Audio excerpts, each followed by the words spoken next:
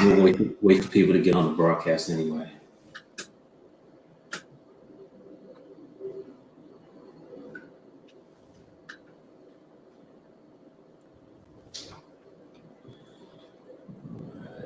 We are live. You look like you lost some weight, Kill.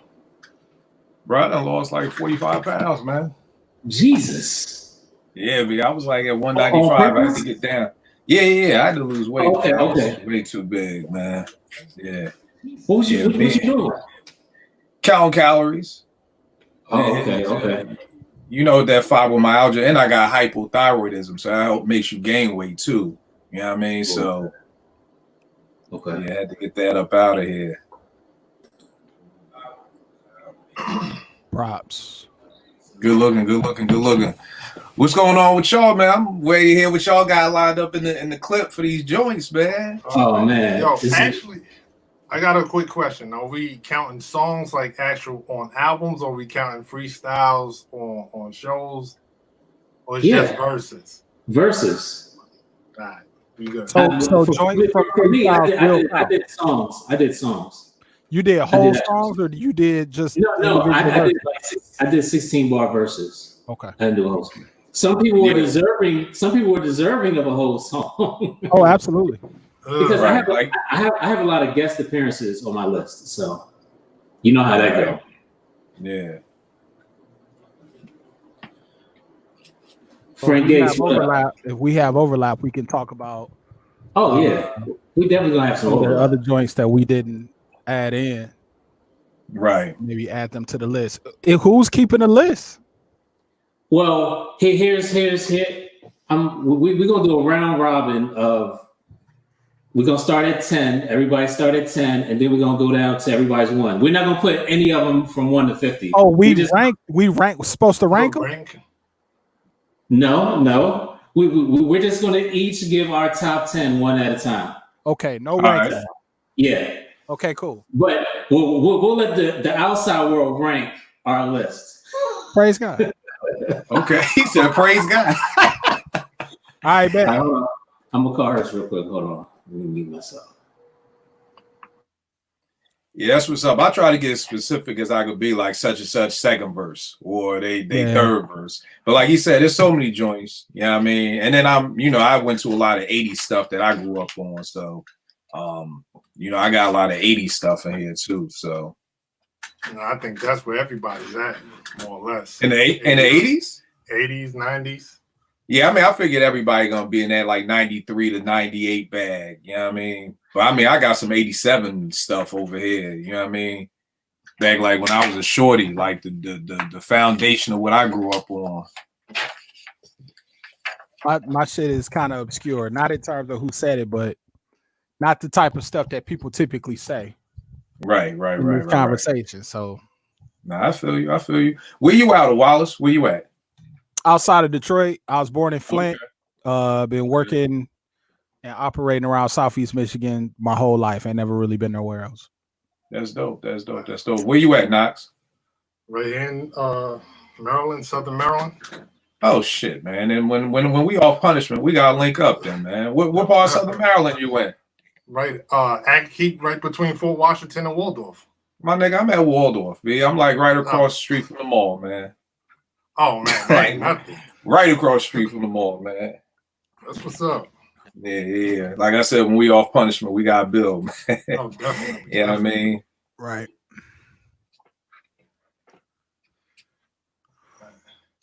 I'm gonna check the chat. What up, though, Ferguson Bay? What's happening? Mark Mosley. All right, Hurts to be in aromatherapy. 100. You said he in aromatherapy. What? You said he's in aromatherapy. I said he'll be here in a moment. Oh, okay. That sounded about right. That sounded correct. What happened to Kill? Oh, we lost him? Yeah. Oh, there he is. All right. He's back. My bad. I don't know what the fuck just happened. My bad. What's good with you, Gadget? I'm excellent, man. I got a lot accomplished this week. I picked up a new client for to do like social media. So I'm pretty good right now. Dope. That's what's up. That's what's up. You still having to go into the gig, or they got you working from home? Or? I'm 50-50. Okay. Yeah, like I still have to visit clients sometimes because the buildings are empty. So now's a good time to like put cameras in and pull wire and stuff like that. All right, that's what's up. That's what's up. How wifey? She good, man. She essential too. So okay, go figure. All right. What are those Jordans behind you? These are the old Citrus joints. I just keep them. These like one of my favorite pair back in the day. They dead now. Like I barely even wear them, but yeah, I just keep a Hall of Fame over here too. Okay. Yeah. I saw those in the background. Yeah, that's just the Hall of Fame, man. I need to social distance myself from my debit card because I've been crazy out here, man. Crazy. I don't know. Have you been up on the spot? It's called hold on, let me see what the name of the spot is. It's over part of Maryland is this. They sell used kicks, but like they clean them up like you would never know that they was used. And they sell them for like authentic, sell them for good prices too. You know what Really? I mean? Yeah, hold on. I'm about to find them on IG. My man put me on to them. Have you bought anything from them? I buy too much from them. Oh God. Yeah, do I buy stuff? My God, I buy too much stuff. It's Sneaker PMD. It's over on Silver Hill Road in District Heights. Really? Sneaker PMD? Yeah. Sneaker PMD. You know where the Fridays is? Over in District Heights, where on this side of Pennsylvania Ave is Fridays, on the other side is the Chick-fil-A. Right in that Fridays. It's up in the cut in that Fridays Plaza. Damn, they getting on us already. Somebody said Deck from Triumph better be on y'all list.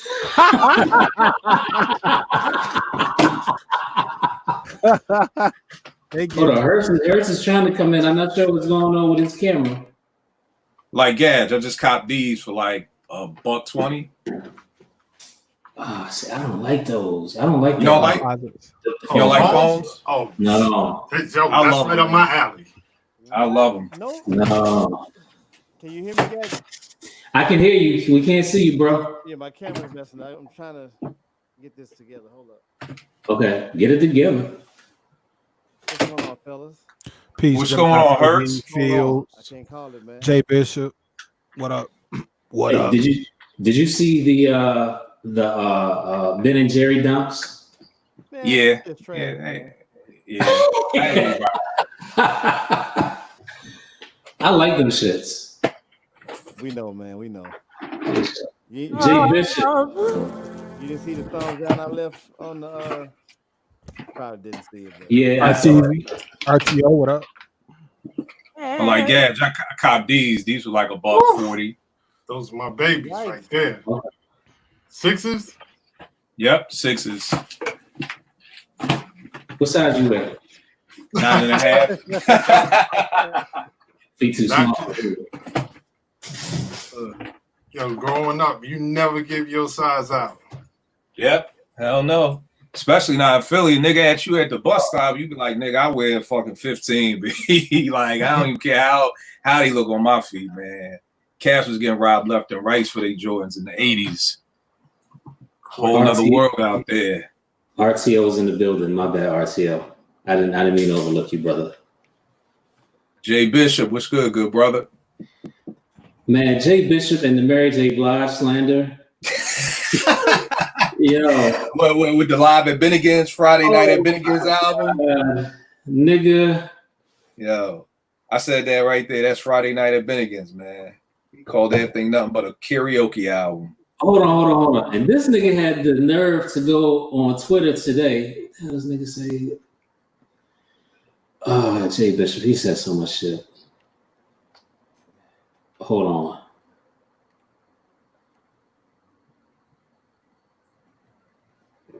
Jay Bishop, 18 hours ago. A lot of crab in the barrel ass nigga shit happening on these Twitter streets. Look at the kettle.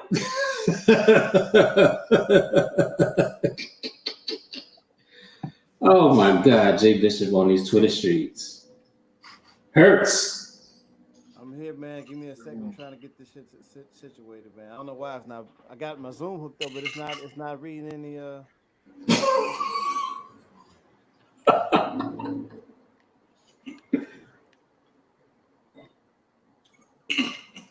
this is crazy.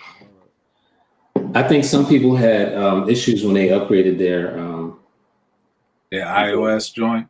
Yeah, but you're on a PC. No, you're on a Mac, right? Yeah, I'm on a Mac. Did you have to do anything special with your camera when you upgraded, or did it just work? Nah, my joint just worked. I didn't have to do nothing with it. Yo, Cat's talking about some new Pete Rock, some new style. I know the new styles album came out, but new Pete Rock.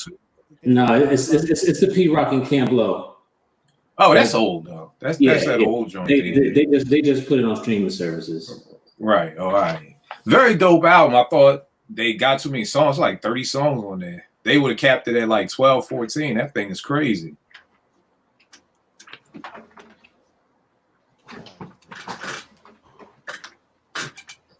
Hey, Hurts, if you could turn your volume up, we'll just start and we can put your avatar. Yeah, this is not this is crazy because I just got to using this Zoom a little while ago. All right, you want to put an avatar up there instead? Let me find one. Oh shit.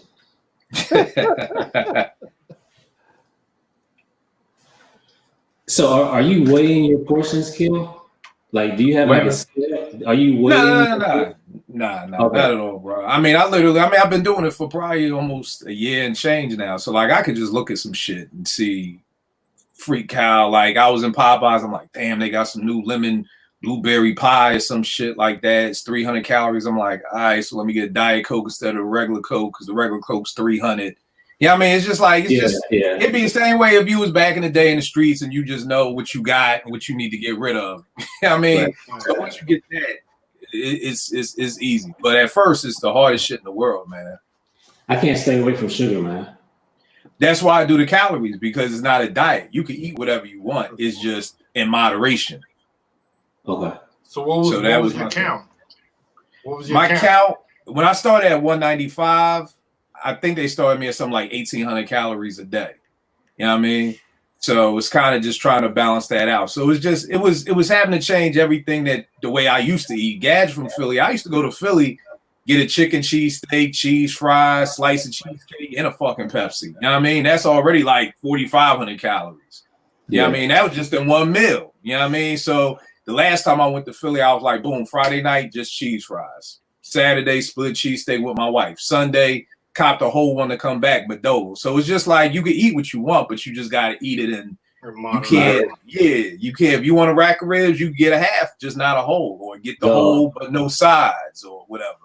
That fucking Magnum ice cream that I buy is $1,000. 1,000 calories a pint. 1,000. Dog. Yo, hey, Gadge was about to eat that shit for breakfast when I was in the DMV. I said, what you got that for? He like, I'm about to eat it. Like, bro, it's like 7 o'clock in the morning. You sure you gonna eat this? Yo. Hey, y'all ready? Yeah, let's go. Welcome to Versus, not Versus, where we will go over our top 10 hip-hop verses of all time. We will go around the room and give, we'll start with 10 and work our way down to number 1. We're going to start with Mr. Wallace. Oh, let me introduce everybody.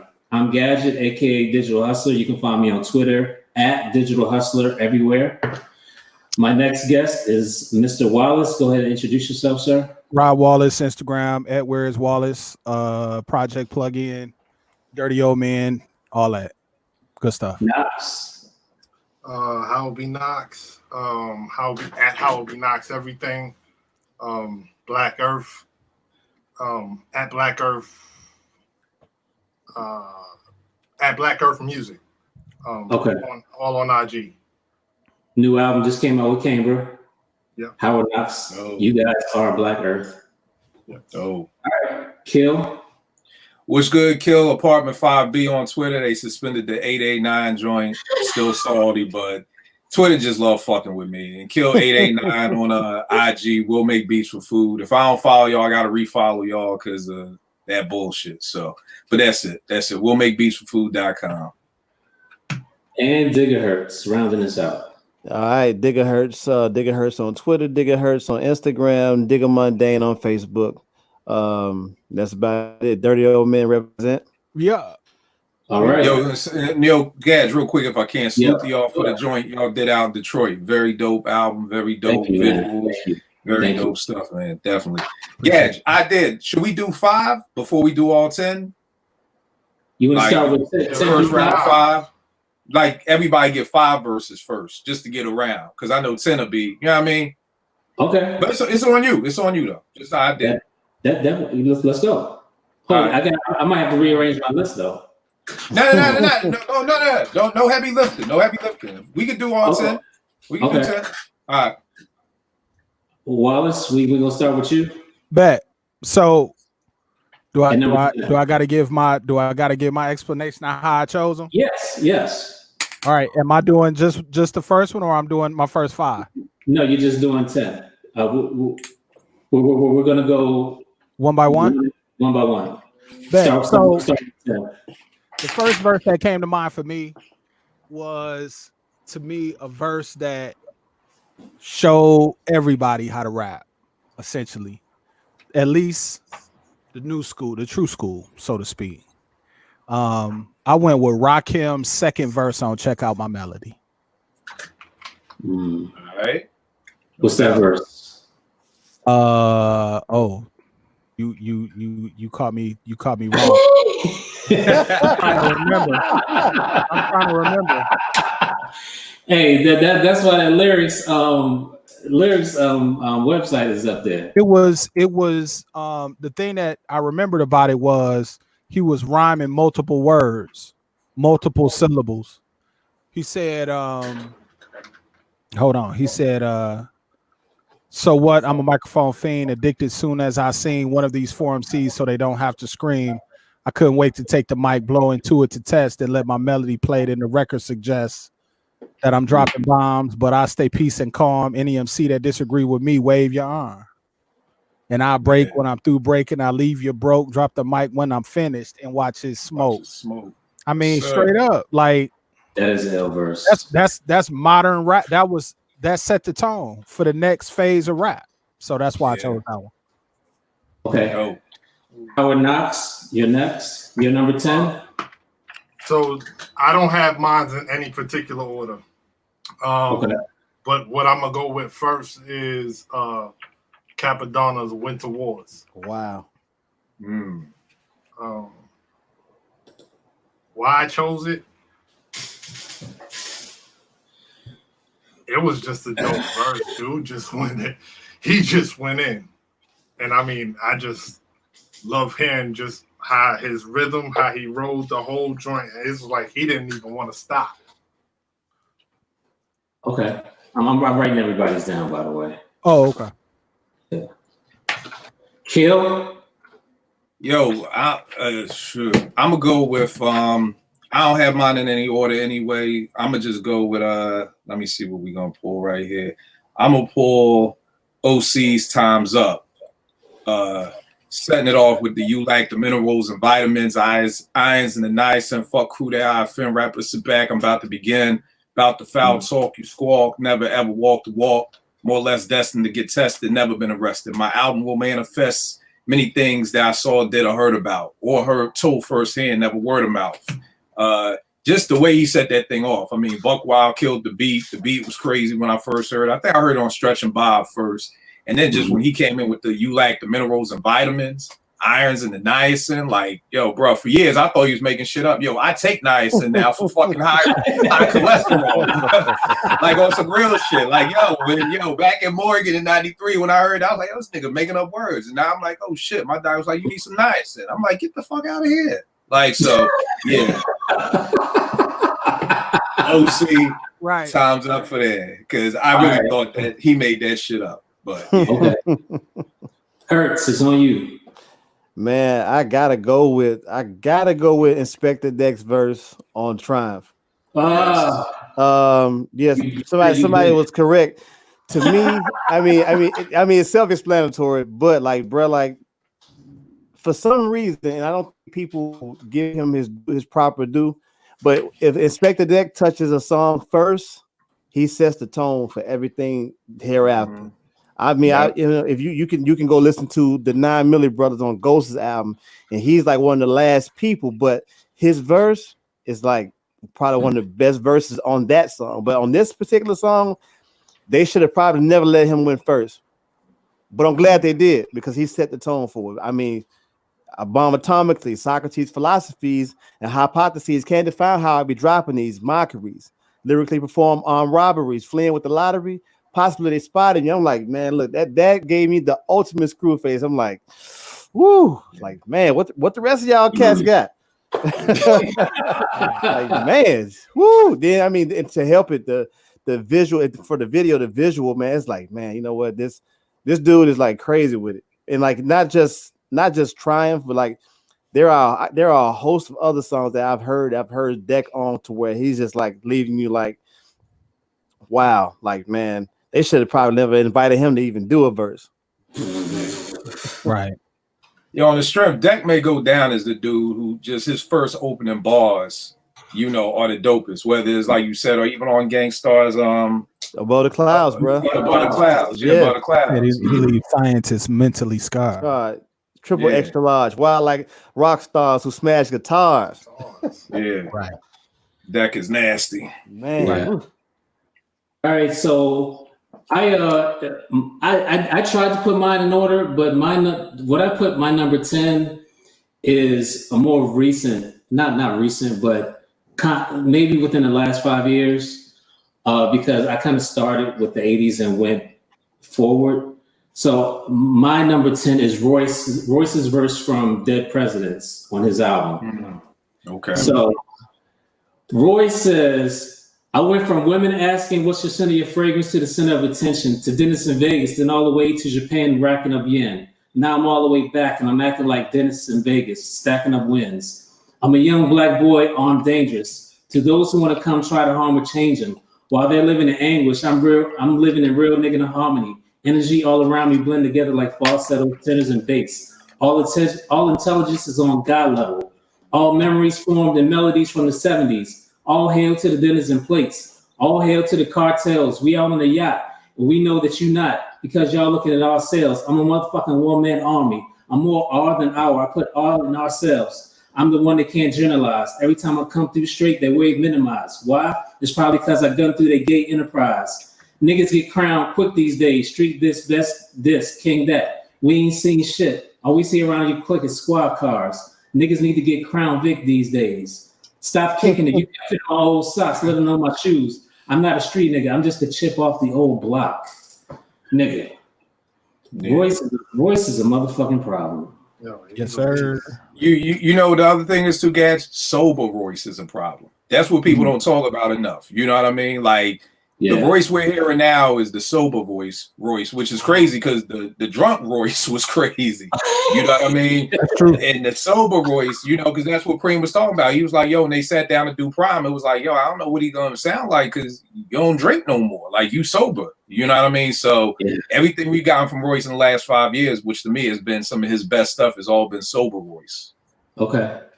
Word up. All right, Wallace, 9, brother. So we're not just talking about lyricism here. I mean, lyricism is important, but we also talking about like style too. Right. For me, one of the greatest albums of all time was Fantastic Volume 2 Slum Village, which is not known as a lyrical album, but the manner in which they was able to weave rhymes with the production was uncanny. And specifically, I think Jay Dilla was an underrated rapper. Facts. I would agree with that. And I feel like for me personally, just because of what it meant along that line and what it meant to Detroit was his verse on Thelonious. Yeah. That's one of the top 10 verses to me. I think that needs to be in this list just because he styled on that verse. So ridiculous. Oh yeah. Mm-hmm.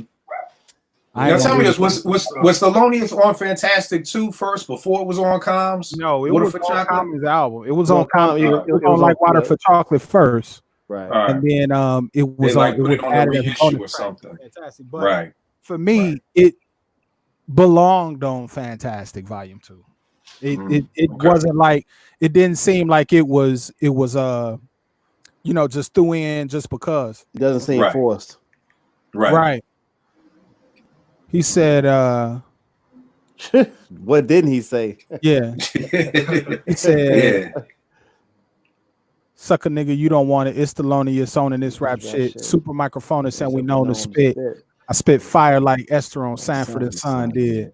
I'm raw, Duke. what juice and sun Sun kids. kiss. You want this? See when Jay get to saying the rhyme flawless.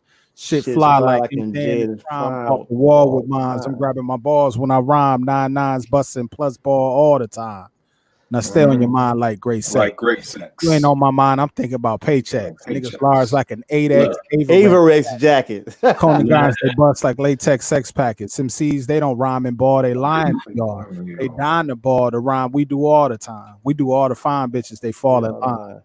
Me and my mans is something like the source sports. We getting money a long time and y'all short. My niggas bouncing full rise and y'all's fall. You funny, dude, because really you think you can do me when you roll a 500. That's really 3. Ooh, should let somebody else. I'm gonna look crooked like King Kong shook. Shook it. For me, it was, and so for me, it's all about experience. I never saw JD perform that verse, but Common did a concert in Detroit and performed that verse flawlessly in honor of him after he had died. This was right after he had died. It's probably the best verse on that song. Absolutely. Yeah. Clearly, Absolutely. and Common is probably the more quintessential MC. But like you said, I think people that don't only know Jay for his production, yes, his MCing skills, I would probably put up against any rapper or any producer rapper. I agree. You know what I'm saying? Like if you're a fan of his, you know some of the shit that he says is kind of outlandish as fuck, but it's dope. He is not a conscious rapper. No, he is not. He is not. He wasn't. He was. You're right. All right, Kill. Number 9. Number 9, I got get this. I'm gonna go with Jay-Z's second verse on Where I'm From. No. You know what? See, I was trying to stay away from Jay. I'm gonna go with first verse. I'm gonna go with the first verse. And the reason why I love this, I think this is one of the best examples of like, I used to work with this white cat. He was like, Kill, how is it growing up in the hoods of Philly? And I just played this shit for him. Like, just listen to that. Like, so what Jay said, he said, where I'm from where the hammer's rung, news cameras never come, where you and your man's hung, and every verse in your rhyme, where the grams were slung, niggas vanish every summer. When the blue vans would come, we throw the work in the can and run. Where the plans was to get funds and skate off the set, to achieve the goal quick and sold all my weight wet. Faced with immeasurable odds, still I got straight bets. So I felt like I'm owed something. With you, nothing check. I'm from the other side where the other guys don't walk too much. And girls in the projects want to fuck us, said we talk too much. So they ran up to Tompkins and sought them dudes to trust. I don't know what the fuck they think. Them niggas is foul just like us. I'm from where the beef is inevitable. Summertime's unforgettable. Boosters in abundance. Buy a half-price sweater new. Your word was everything, so everything you said you do, you did it. Couldn't talk about it if you ain't live it. I'm from where niggas will pull your card and argue all day about who's the best MC, Biggie, Jay-Z, and Nas. Where the drug seasons involved, where the thugs are at odds and at each other throats for the love of foreign cars. So just everything he said in that verse to me was just picture perfect. Yeah, and I mean, I love the second verse with the whole you can't put your vest away and say you wear it tomorrow because the day after you'll be saying, damn, I was just with him yesterday. Like, I think to me that's one of the slickest rhymes, like, ever. Like, the way he just fit that in there was just so beautiful. You know what I mean? And yeah, so I always say it's like, you know, like Beanie said, 97 Hove. Like, that's my favorite Hove right there. That's Hove to me in his bag. Yeah. Nuts. That's You're a 9. really dope verse. Actually, that was one of my picks. Wow. But to go off of what Wallace was talking about earlier, as far as, you know, creativity and style and so forth, this was one of my picks. and I kind of resonated with this song because freestyle because I love mixtape, and this was like Clue mixtapes was like all over. Okay. Canibus's freestyle over 97 Mentality. So Ooh, I need to look. I gotta find that. Yeah, I gotta find that Yo, joint. he's It like- sound crazy. You got niggas looking in the archives. That's one of the beats that if you can't rhyme, Yeah. you shouldn't be rapping on that. he goes in. He's like, Yeah. yo, I speak of frequency dogs that have trouble hearing. Cannabis is your lyrical version of German engineering. Fly metaphors keep you high for months. Fly around the earth twice without refueling once. I'm like, yo, that alone. I was like, whoa. I think I rewound that joint. And this is Walkmans I'm talking about. So that's crazy. So, man, I was just blown by just his wordplay and just his way to, create that image of almost the impossible. Yeah, Yeah. that's tight. Hurts. Man, I'm gonna have to go with, and like Warz was talking about the style mechanism of it. Gotta go with Ghostface's Nutmeg. We talk about this all the time. Like Nutmeg, bro. Right. Hey, I'm telling you, man. If you're a Wu fan from the beginning and you saw what Ghost was at in the beginning, you fuck with Ghost. But it wasn't until like I'm gonna say like Wu-Tang Forever Ghost, and this Ghost in particular on Supreme Clientele, it let me know who the official dude in the Wu-Tang was. Scientific, my hand kissed it. Robotic, let's think optimistic. You probably watch me Dolly Dick and Scotty Waddy copped it. And the way he's rhyming is like it's nothing that makes sense, but the way he's styling on it, like Wallace was talking about the style mechanism of it, the way he's styling with it's like, man, like he ain't making sense, man. But like, damn, this shit fly as hell. Like, I dare anybody to listen to Nutmeg and not like it, and not see how fly it is. You know what I'm saying? Even with what's the joint?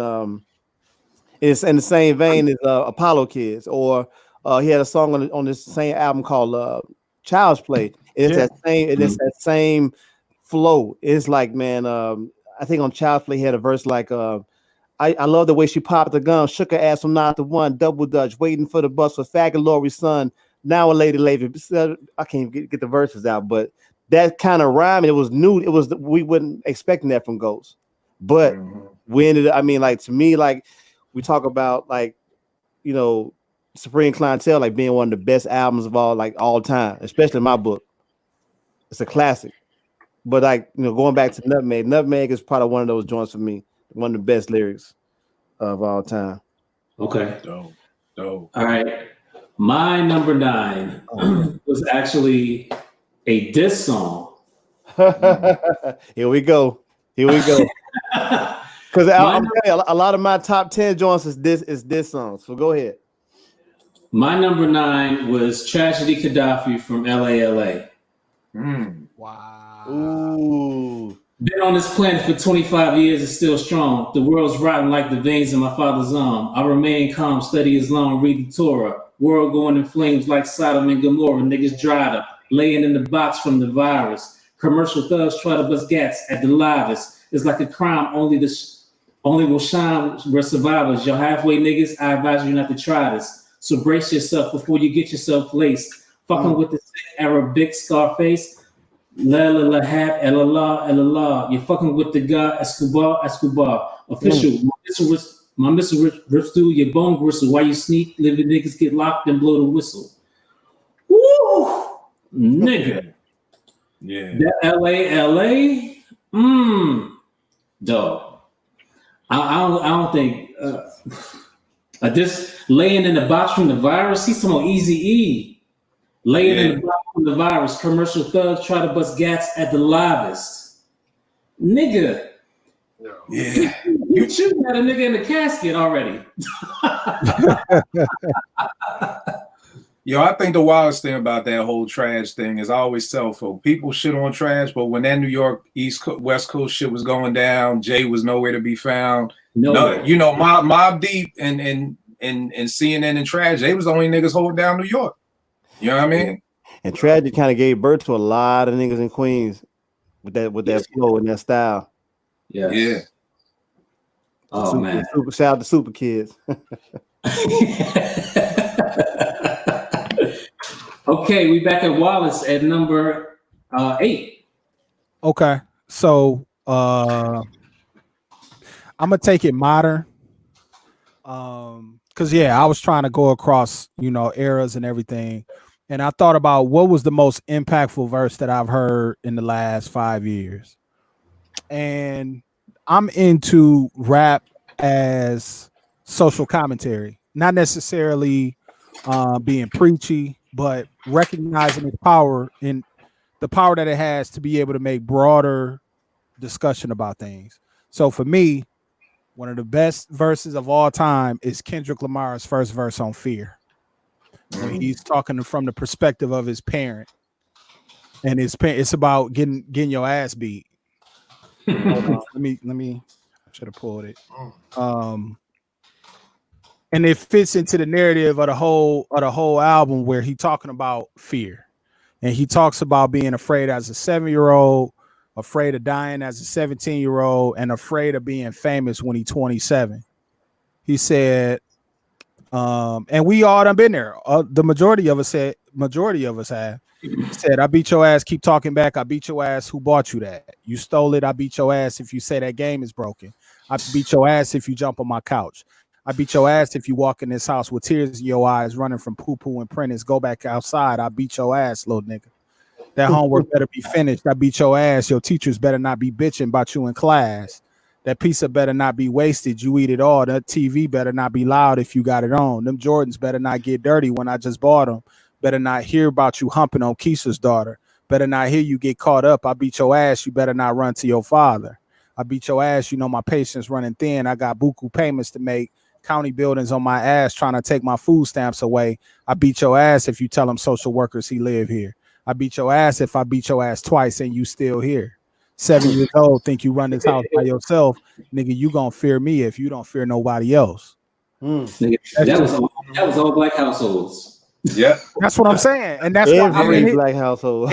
Hearing it affected me. You know what I'm saying? It affected the shit out of me. Like, you know, not necessarily just me. That was a long time ago for me, but I'm thinking about the kids who I know, the kids who I work with. This is a reality, and so one of my favorites of all time. Yo, that's a dope pick, fam. And it makes you think about it as being a kid and then even now as being a parent. You know what I'm saying? Yeah. Like, because you hear that and you're like, God damn, that's a wild life. Like, you're like, oh, shit, that was me. Like, yo, that's how I grew up. You know what I mean? So, yeah, that shit crazy, man. Good pick. Good pick.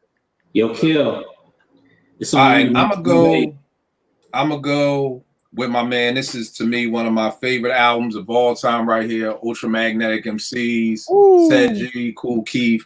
I'm going with the second verse off of Ease Back, which is Kool Keith. He says, I'm back. Now, keep in mind, it's 87. So this rhyme style may not seem crazy in 2020, but in 1987, this was some groundbreaking shit.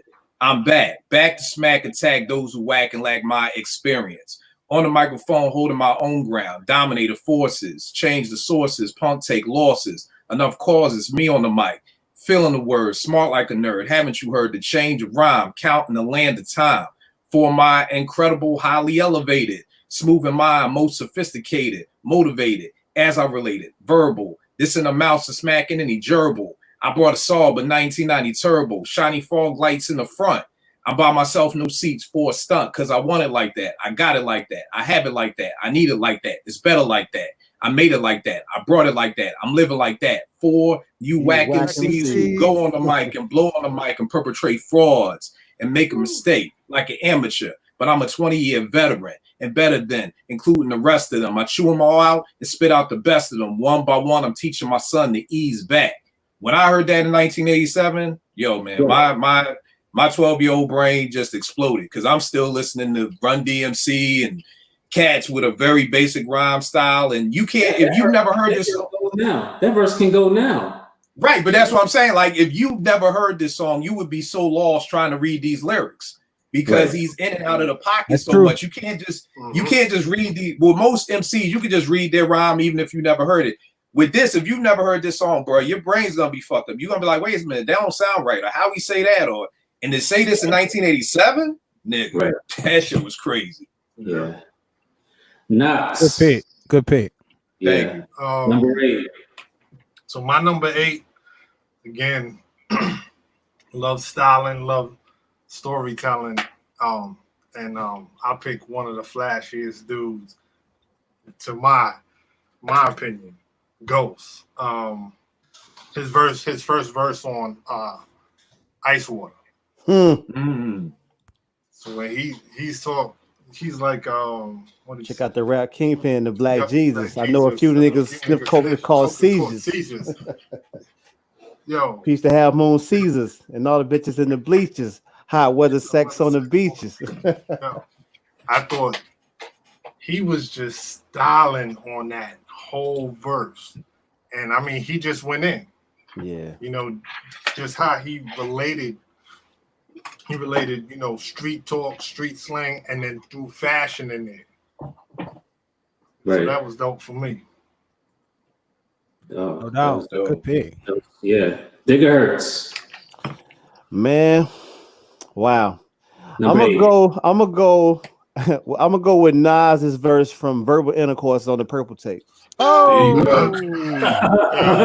I picked that too, so I'm gonna move to my honorable mention. But it's just the way that like we was talking about earlier about how something just fits, right? So like on this song, man, the way he's finessing the track or whatever, man, it's like I think I was about 17 when this song came out, maybe 16. But anywho, just being able to visualize what he was saying for me and trying to put myself in them shoes and the shit he was just talking about, like, you know, it was for a young teenager, man. It was mind splitting because he was like, I think I might have been by 17, I think maybe 18. He was due to lights, cameras, and action, glamour, glitters, and gold, I unfold the scroll, plant seed to stampede the globe when I'm deceased.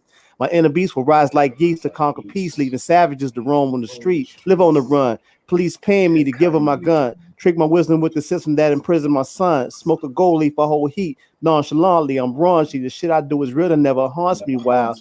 Funny style, niggas rolling the pile, rooster heads profile on the bus to write us out, holding weed inside their pussy with their minds on the pretty things in life.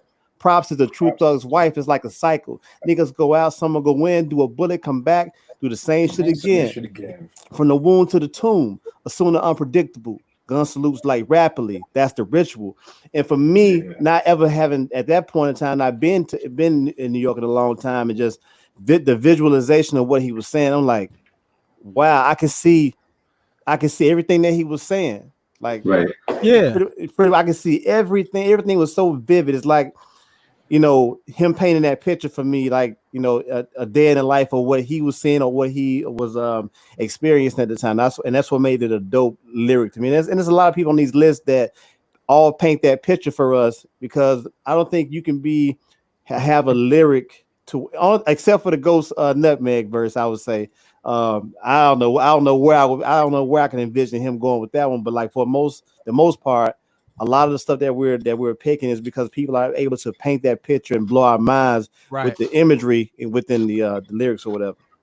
I don't think I have ever bought a CD and picked it up and looked at the track listing and saw a name on a track listing that made me as excited to hear a song by Nas in 96? 95, like 95. 95. In 95, and the song was called Verbal Intercourse. You was like, oh, this about to be the illest shit of all time. And then you heard the album, and the album was dope. I mean, you know, I anticipated it being dope, but by the time it got to that song, your mind was already blown. And then it just added to this legend that was Nas at this time, dude. I just respected him so much. Yeah, bro. My number 8 was an artist that was mentioned, but it's a different song. I have Canibus at number 8 for Beats from the East on the Lost Boys album. Wow. Dog. Canibus brings the sickest drama, fierce enough to pierce the thickest armor. I smack bitches who try to suck dick through a condom. Playing with the mic is something I don't do. My only concern when I approach you is to roast you. I smoke you and whoever you're standing close to, and make every man in your crew deny that he knows you. Defeating niggas like Sigel, Steven, putting MCs in positions to prevent them from breathing. I'm making you question anything you ever believed in, nigga. Yeah. Nigga. Yeah. Canibus was in his bag on that record. And at the time, he was crushing everything. And Redman and A+ were on the record, and they weren't slouches either. Nope. But Canibus stuck out. I mean, that verse. Yeah. Canibus was, I mean, at one time, he had the most anticipated album in the game. Yeah. When he said on Common album, he'll punch you in your chest so hard your shoulders are touch. Your shoulders are touch. Yeah, that was a mean bar right there, boy. It's about to be a problem. Oh man. All right, we at number 7, Wallace. Okay. Okay, so I'm gonna acknowledge this dude because he was able, again, not just lyricism, but being able to draw you in via feeling by his performance. I gotta go with Tupac's third verse on Pain. Mm-hmm. That's a tough verse. Just from the perspective of the exhibition of emotion that's on it. Like you felt and understood it. And I felt like that was the transition. That had a lot to do with the transition of Pac going into some of his later work where he was able to capture that pain, I guess you could say. And for it to be on that Above the Rim soundtrack, it really helped make it a classic. I'm not gonna read the verse because I can't read it like Pac. I can't read it like Pac did. I was born to raise hell. You know, I mean, it was dope. It's very memorable to me. So okay, that's what's up. Kill number 7. I got Nas's verse on Mobb Deep's Eye for an Eye. Drug dealer's dream, stash cream, keys on a triple beam, 500 SL green, nickel 5, nickel gleam, condominium, thug dressed like the gentleman, tailor-made ostrich Chanel for my women friend. That right there stuck me because that's the way my old head uncle used to introduce us to his girlfriends. He'd be like, this is my woman friend. This is my lady friend. And I said, this nigga just said my woman friend. Murdering numbers on your head while I'm burglaring, shanking, serving them with up to all my niggas swerving in New York metropolis. The bridge brings apocalypse, shooting at the clouds feels like the holy beach is washing us. Made madman, my sanity is going like an hourglass. Gun inside my bad hand. I slice trying to bag grams. I got hoes that used to milk you. Niggas who could have killed you. Is down with my ill crew of cycles. Nas Escobar moving on your weak production. Pumping corruption in the third world, we just busting. Man. So that was just crazy to me. You know what I mean? And then when they Yeah. And it was crazy because I want to say the beat miners used that moving on your weak production for Royal Flush. Moving on your weak production. Yes, they did. Which was crazy too. So yeah, that's Nas Eye for an Eye. Knox, number 7. Definitely, let's keep it in Queens. My verse is definitely the Quiet Storm. Verse. God, yeah, that was one of mine too. Favorite line in that verse: "Fuck your life, hop on my '98 dirt bike, man." I want to stop you out, I make your blood stop flowing. Yo, he was like going in on that. Yeah. You know what? You know that's a powerful verse when you got a dude who lives in the South here in Memphis that don't even really get with Mobb Deep. I got a partner of mine. When I first let him heard that song, he went to Sam Goody and went and bought the CD based off of that Quiet Storm. Wow. Man, that's that verse, man. When he said "fuck your life, hop on my '98 dirt bike," my partner was laughing so hard, like, wait a minute, this nigga got a dirt bike in New York? Yeah, he ride dirt bikes everywhere, bro. Like, what you talking about? Yo, Knox, what verse was you going with? Oh yeah, I had the first verse too. To me, that I put my lifetime in between the papers line. That's such an ill way when you visualize like, yo, like that's how I live my life inside these lines on the paper. Man, that's and I like that version better than when Havoc and Kim got on it too. I know I'm in the minority on that, but I like that OG when it was just P. Yeah, that's the version I love. I would agree with that. Prodigy does a real good job of starting his verses. Like that's an art in itself. That's an art. Yes. That's an art. And if you write rhymes, typically that's the hardest part to do. Right. Break bread, $100 bills. Yeah. Right. Oh, peel off the copies. You talking about that? Don't be a follower on the black and white soundtrack. Yeah. Oh man, bro. That's we ain't gonna talk about slept on projects, but that was one of them. That's a whole nother conversation. Yeah, indeed. Hertz, what's your number 7? We're gonna keep it. I'm gonna go with Canibus' second round knockout. Okay. The verse. Damn, Canibus about to be the most ranked person. We done had like 5 Canibus verses already. Right. But the verse where he says, you better give me the respect that I deserve, or I'm gonna take it by force. Blast you with a 45 cross, make you somersault. And when I'm listening, because I hadn't seen the video yet, and I'm listening to this, I'm listening to it like, wow, he sounds like he about to spaz off. Then he get to the now watch you rip the tap from your arm, kick you in the groin, stick you for your Vanguard award in front of your mom's, your first, second, and third born, make your wife get on the horn called Minister Farrakhan, so he can persuade me to squash it. I'm like, nah, he started it. He forgot what a hardcore artist is. A hardcore artist is a dangerous man, such as myself, trained to run 30 miles in soft sand on or off land. And I was like, wow, I don't even know how LL gonna come back off of this one right here.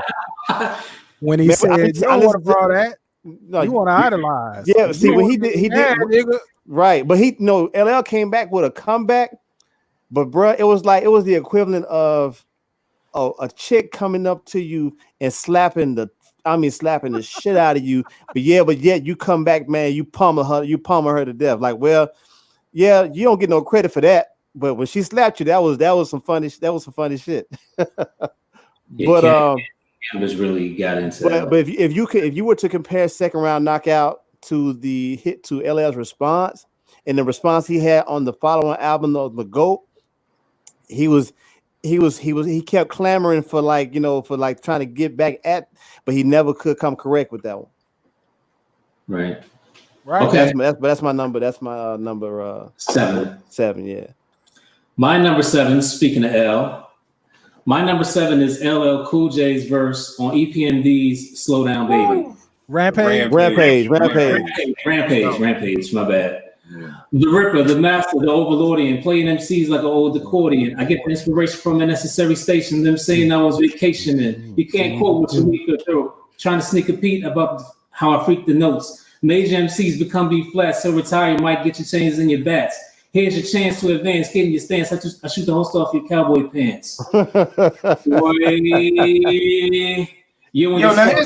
real God. Oh my God. Yeah. Now here's the thing. I heard that he was dissing them on that. He was, and that's Parrish was talking about that on Drink Champs. He said he waited until he heard their verses.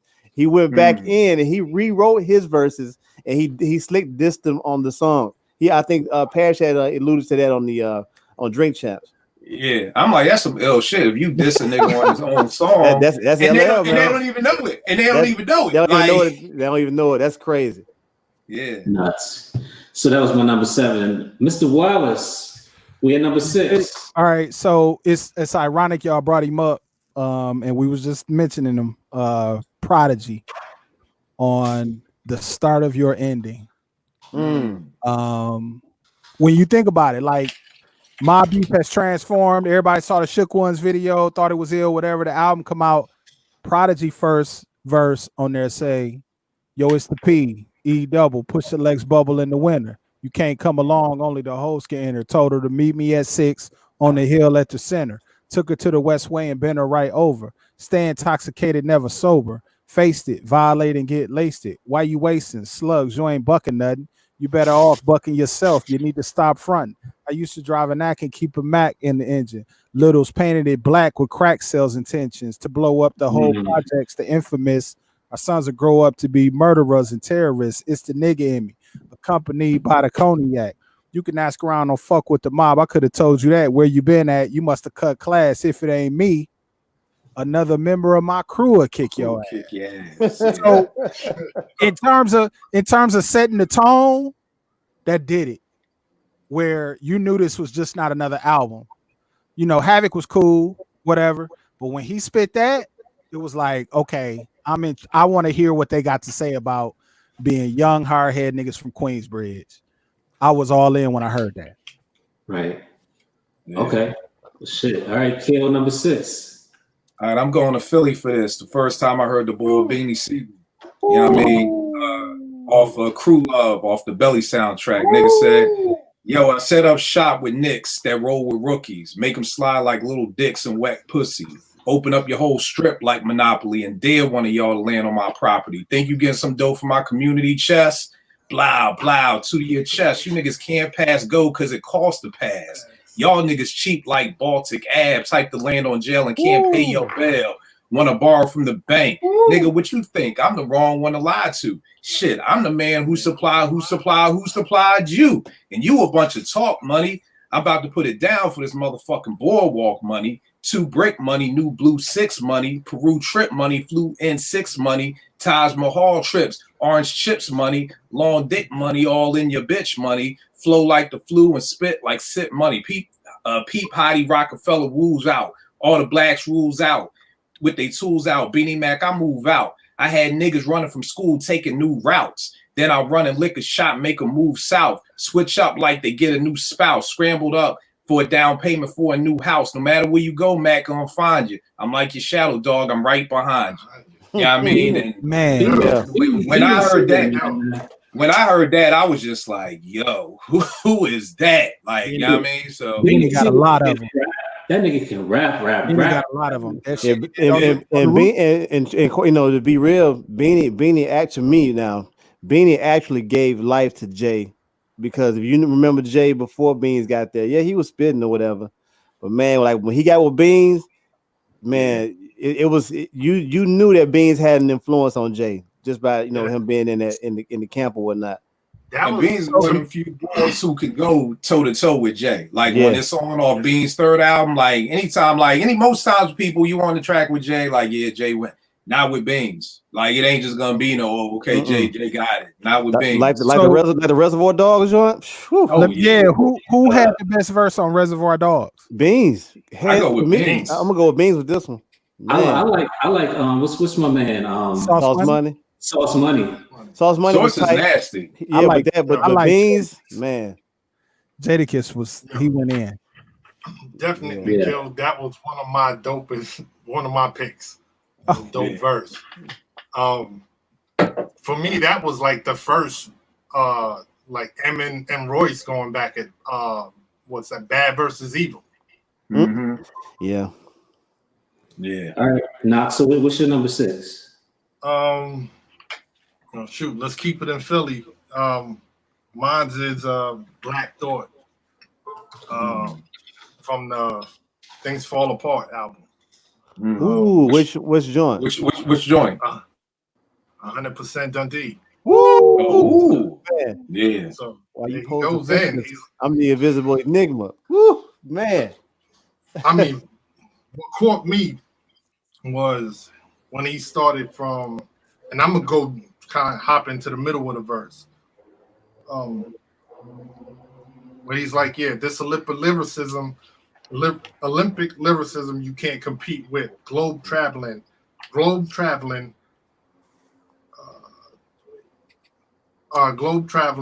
your verse like a javelin. Things fall apart and MCs unraveling. Backstage whispering the management like, change the order. Ain't no way that we gonna rock after him. Yo, my man rocked the fro like, what's happening? Yeah, man. Like, that was so ill, so dope to me. I mean, this verse, he just completely went in. And let me say, man, I miss Malik B, bro. I really miss hearing Malik B, bro. That right there, that's a huge piece to me of why, well, in my opinion, why the Roots fell apart, because they trade members so fucking much. They like the damn Chicago Bulls, how they trade people in and out. But Malik leaving was just huge to me. Like that, like they had a dope chemistry. To me, like Malik was they to me they were so much like Tip and Fife. Like, you know, in the first know, in the first Do You Want More, it's kind of like, yo, who's Malik? And then by the second album, like you hear No Great Pretender, and you like, oh, okay, same way you was with Fife on like People's Instinctive, then you heard Butter, and you was like, oh, okay. And they had that chemistry, and I think Malik, you know, leaving like really hurt them. Ill Intent. You talk about bodies, but you would not killing that, man. Yeah. Hurts. It's on you. Number 6. Number 6.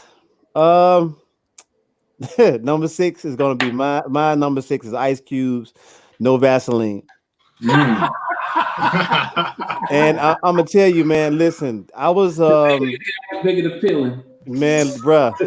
I remember the first time I heard this song. I was actually headed to the ball court, and some of the OGs in the neighborhood was they was sitting in the truck, you know, smoking or whatever, and they was listening to that. And I, you know, me being an NWA fan and a Killer Will fan, I know Q's voice when I hear it, and I know I had never heard that before. So as I'm walking up to the car or whatever, I'm like, yo, I said, Big Steve, what you playing? He's like, man, that's that new Ice Cube. And I'm listening to it, you know, I'm about 14 or 15 maybe. And I'm like, hey, man, I got to have this tape. And he looked at me and started laughing. He said, man, your mom going to kill you. I said, man, she going to have to kill me. So he gave me the cassette to go dub real quick.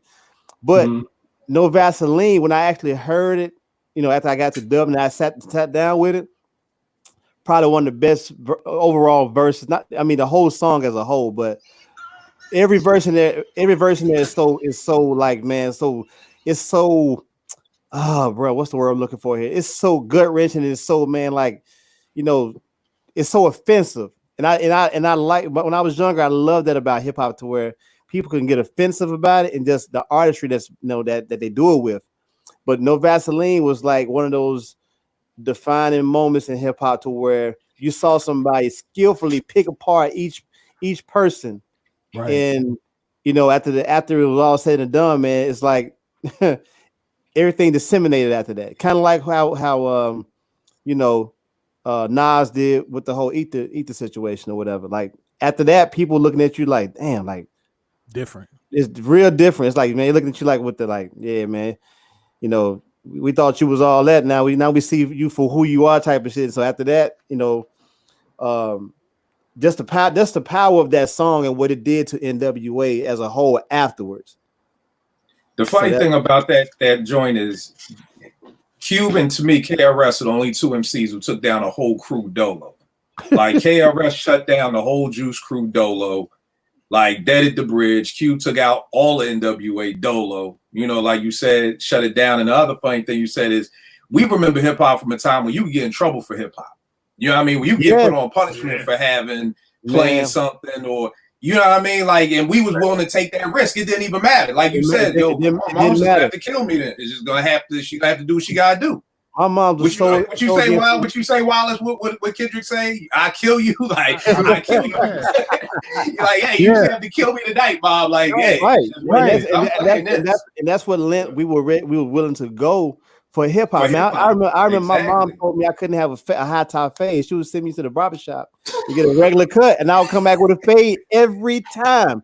And that's because I was at that age, I was so engulfed in hip hop. Even with the music I was listening to, my mom would tear my tapes up. I would go in the garbage and get them back out and repair them, just so I could have the music, bro. So like you said, we come from an era to where, man, we would literally die for hip hop. We was willing to get on punishment. We was willing to take that beating. We was willing to do whatever you gotta do. Just do it. But I'm listening to this song. What you say, Warz? I beat your ass. Exactly.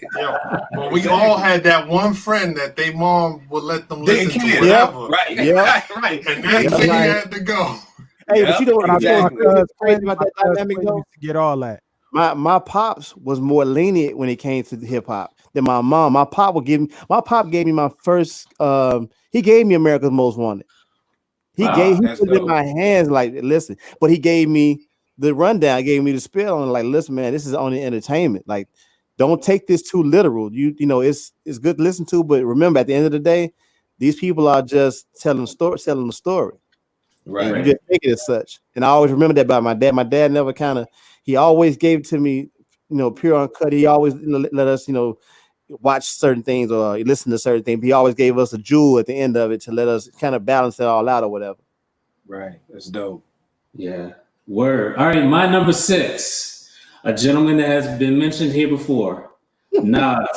Nas's verse on Live at the Barbecue. Wow. Okay.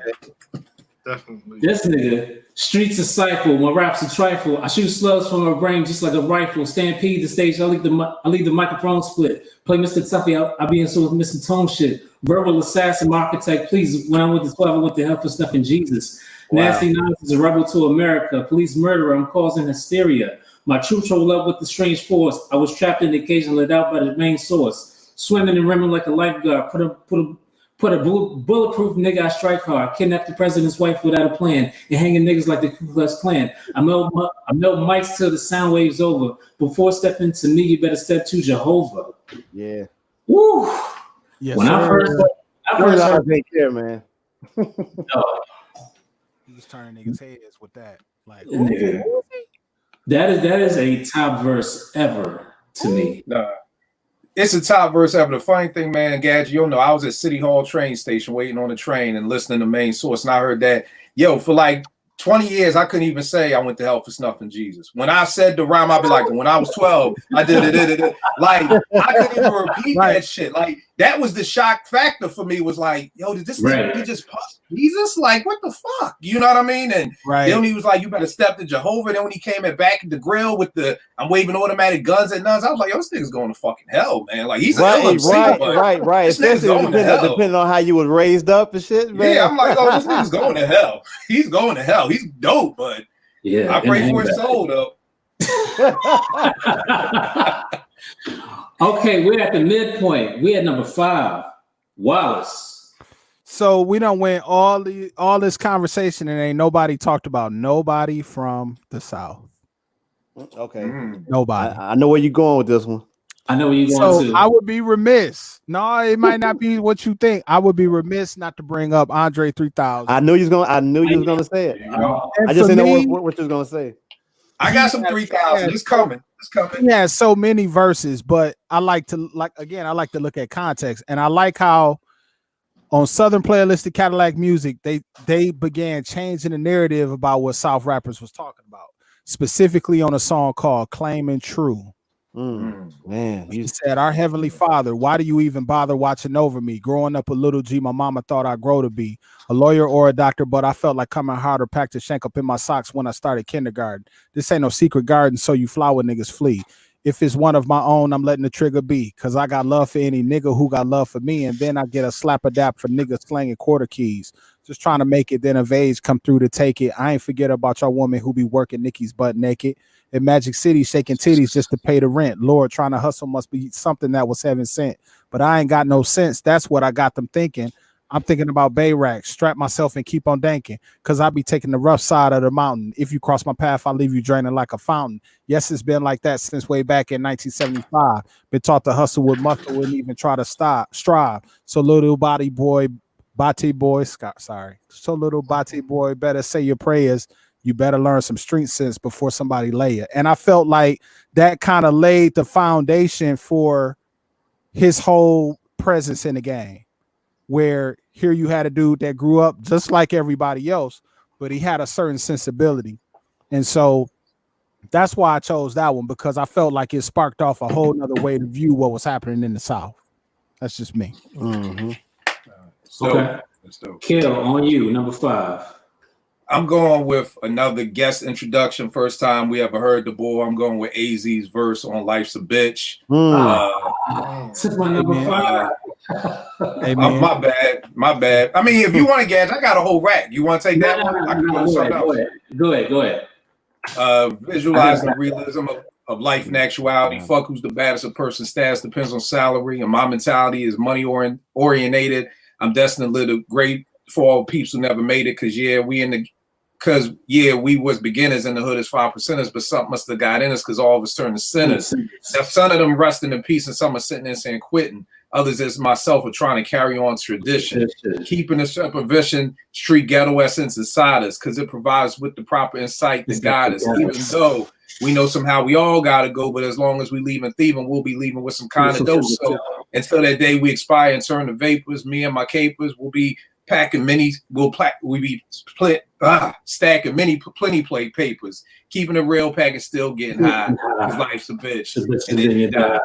And I mean, I ain't gonna hold you for the longest. I never even heard Nas' I never even heard Nas' verse. Right for like the first, seriously, for probably like, I'm not even gonna hold you for probably the first month. All I did was just rewind that back because I didn't like Life's a Bitch. I felt like when Illmatic, I'm like, damn, all y'all looping is the Gap Band? Like, what the fuck? You know what I mean? Like, so I never liked it at first. So all I did was like listen to AZ's verse for like the longest. But like that verse was just crazy, and you know, we getting introduced to the God and the next level of God MC, and then for him to bring on AZ and for AZ to just rip it too was like, God damn, you know what I mean? So I saw Nas perform last summer here in Detroit, and when they did Life's a Bitch, AZ wasn't there, but he did AZ's verse too, and it was funny to kind of look around and see every nigga in the audience with some grays in his beard rap that whole song, the whole song, AZ verse, Nas verse, everything. That's a classic song, dude. Yes, yes, indeed. Nas, number 5. So my number 5 is a freestyle from Funk Flex, Black Thoughts. I'm not even gonna try. Because even reading it won't even do it any justice. right. Wreck that. Yeah, But man. Listen, he set the bar, bro. I don't even want to see nobody else go up to Funk Flex after that. He wrecked that. Completely open that. He bodied. Yeah. Hurts, number 5. Number 5. Ugh. Number 5 for me is probably going to be The World Is Yours. Nas' The World Is Yours. Like, you know, listening to Illmatic, you know, every song, every song on there to me is pretty much dope. But like, it was something about this song in particular. I don't know if it was the Pete Rock backdrop. I'm biased, of course. But just the imagery, man. Like, I sipped the Don P watching Gandhi till I'm charged, and right then my book rounds all the words past the margin. Behold the mic on throbbing, mechanical movements, understandable smooth shit that murderers move with. The thief's theme. Play me at night, they won't act right. The fiend of hip hop has got me stuck like a crack pipe. The mind activation be act like I'm facing time like Pappy Mason with pens I'm embracing. Now, like I said, being from the South, you know, as a person who loves lyricism, I'm listening to what he's saying, and I'm trying to figure out who Pappy Mason is, or I'm trying to figure out what a 6 cab is. I'm figuring this out. But again, it's me visualizing what he's talking about, and he's placing me there, you know, minus a few details, but I'm visualizing what he's saying in terms of everything that he's saying within that verse and the verses thereafter. And again, like the imagery, like me seeing what he's talking about in that moment, I'm like, man, that's ill. Like, he's painting that picture for me again, like, you know. So I'm gonna go with that one for my number. Yo, Hurts. Yo, my fault, Gad. Just to tap on what Hurts was saying.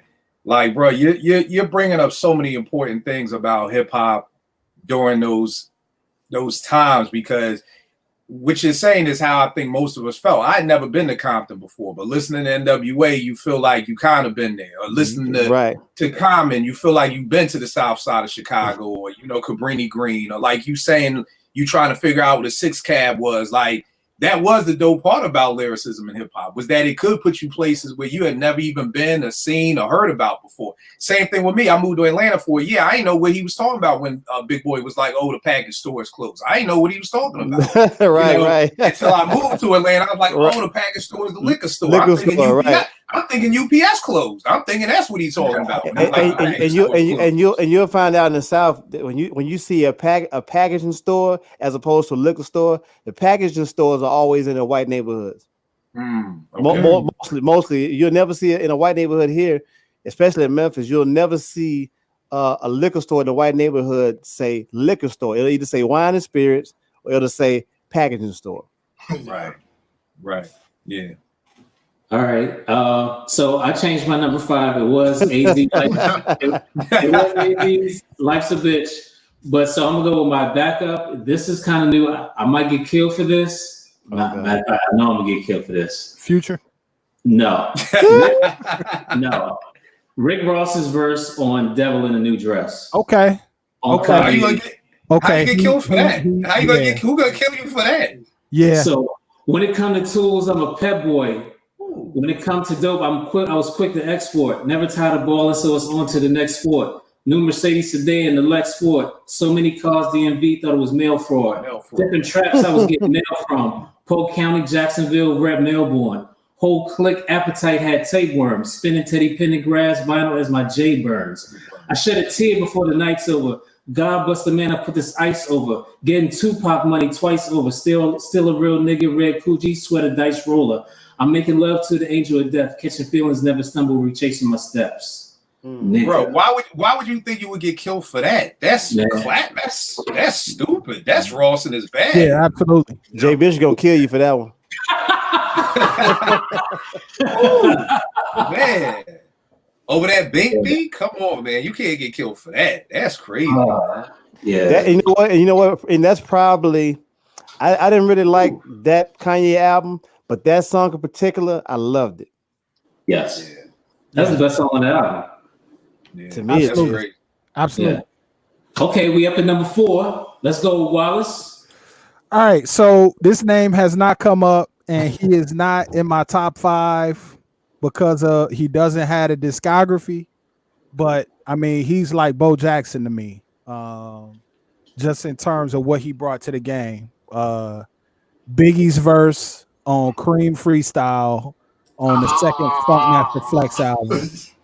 When he said, because I think what Biggie was best at was, as the game was moving towards being more brand oriented and talking about, how Bad Boy was talking about certain brands, he was the perfect balance of like gangster shit and that talk. When he said, went from eating no frills cereals with food stamps to Armani materials, copping Rembrandts. You know what I'm saying? That's two different worlds. You know what I'm saying? Where he always had that narrative about going from ashy to classy. I'll almost put Biggie's last verse on "I Love the Dough." When he was talking about country house, tennis court for horseback, just painting that picture. And then that's not even getting into the stuff that he did, the storytelling that he did and everything. And that could be another whole conversation, a whole nother podcast, like the best stories. I think Kill, didn't you do a podcast like that?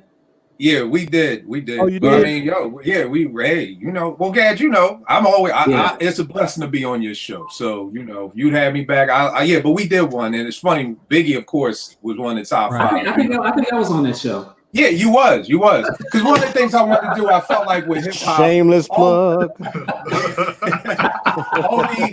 all we have to talk about is who's the GOAT. And I feel like we leave out so many other people. So, like, I don't know if y'all grew up watching wrestling, but I was like, I want to do this shit. Like, you got the TV title, the Intercontinental title. So, who's the best storyteller? Who got the best voice?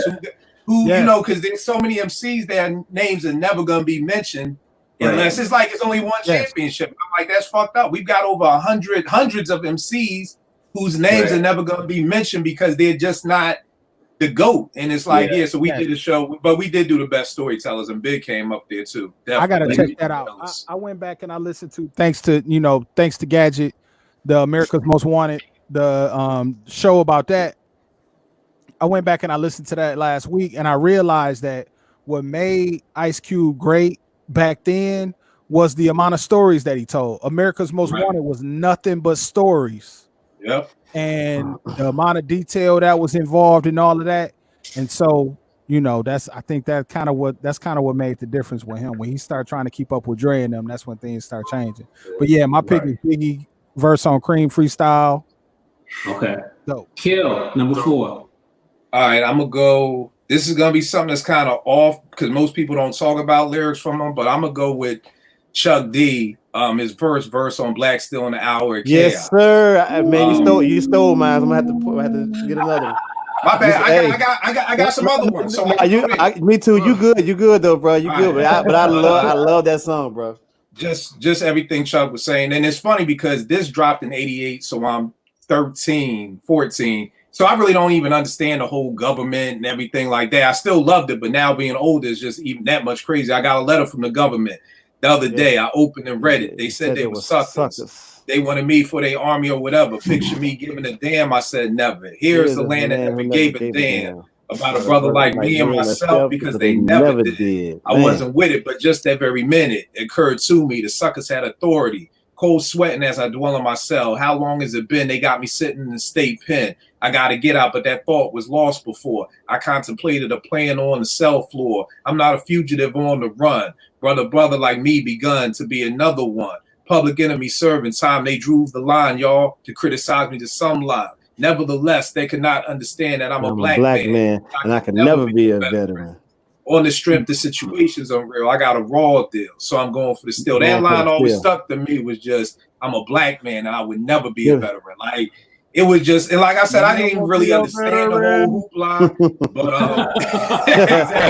but exactly. Like I couldn't say the Chuck voice, but like, and then just the beat, that Isaac sample, and then just the breakdown is just one of the greatest songs to me ever. So Chuck D, Black Still in the Hour, Chaos. Hey, to add to that, man, like I was maybe 11 when that song came out, but like I said, that song, it kind of paved the way for the way I looked at life going forward when I heard that song.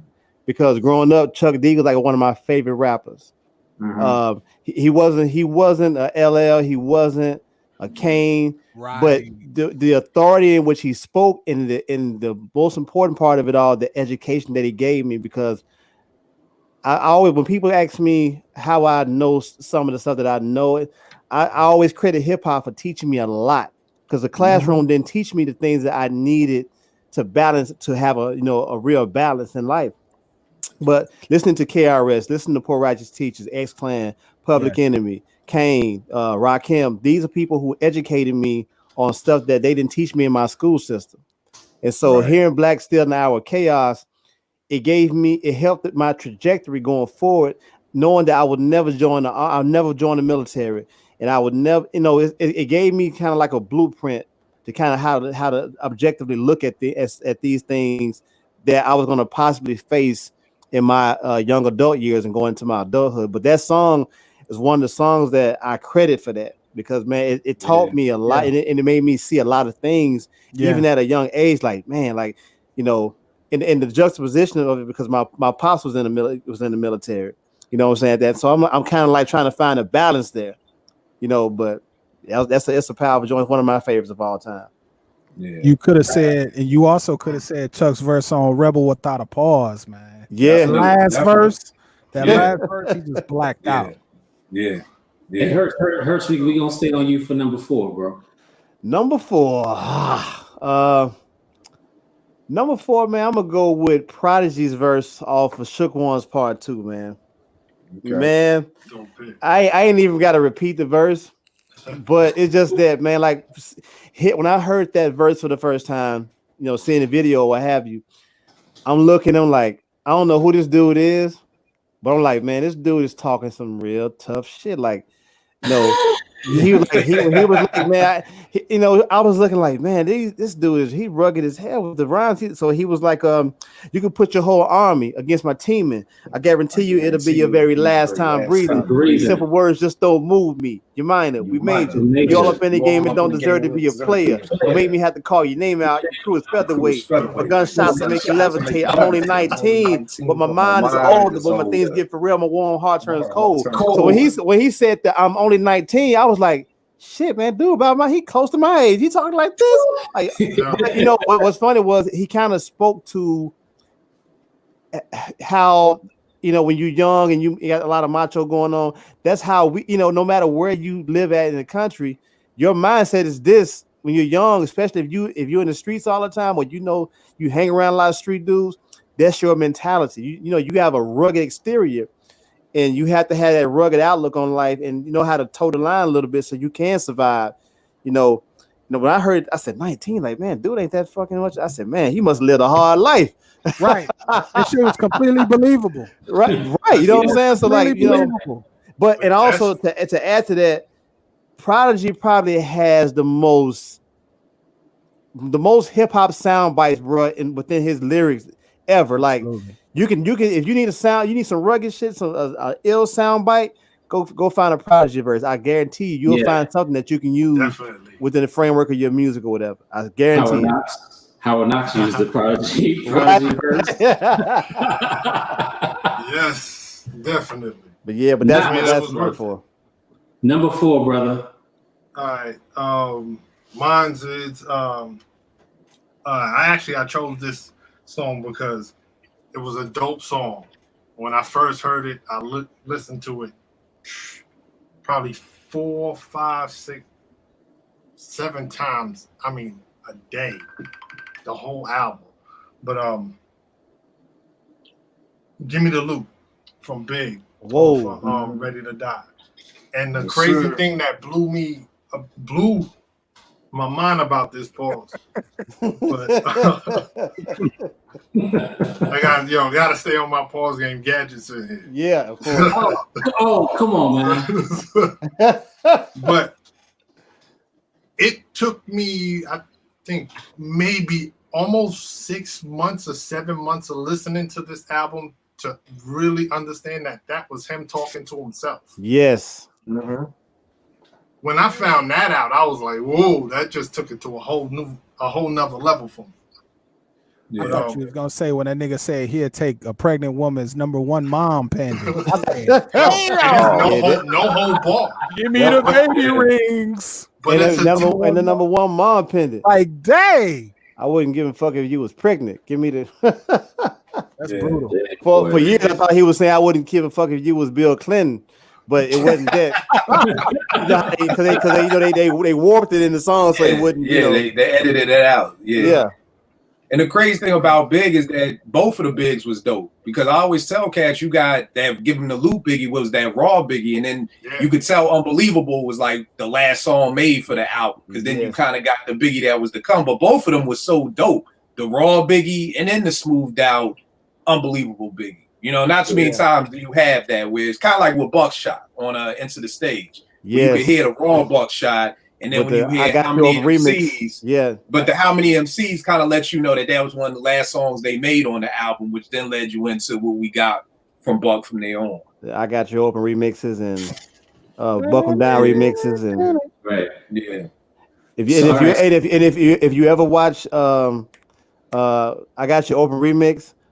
I've told many people this before, but if you pay attention when it first come on, it's a guy that slides. He's walking and he falls down off the ice. I don't know who that dude is, but I'm on a mission to find out who that person was that fell. So I'm just hoping it wasn't Ruck. I'm hoping it wasn't one of OGC or whatever. But I'm on a life mission to find out who that cat was that fell. All right, mine is speaking of Big. My number 4 is a Big song. But this artist is not Biggie.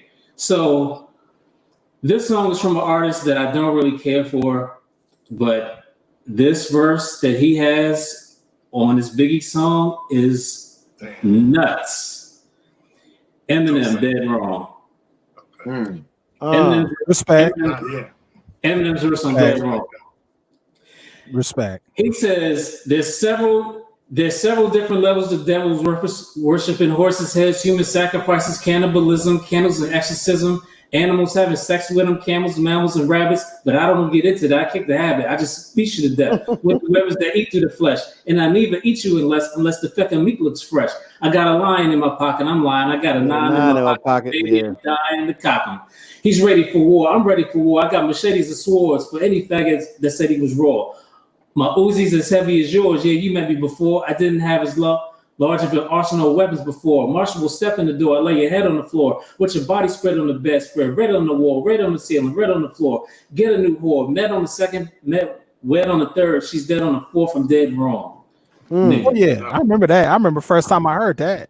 Whew. Like, whoa. Boy. You can't take nothing away from me, man. Not, if he on somebody else's record, oh, he going in.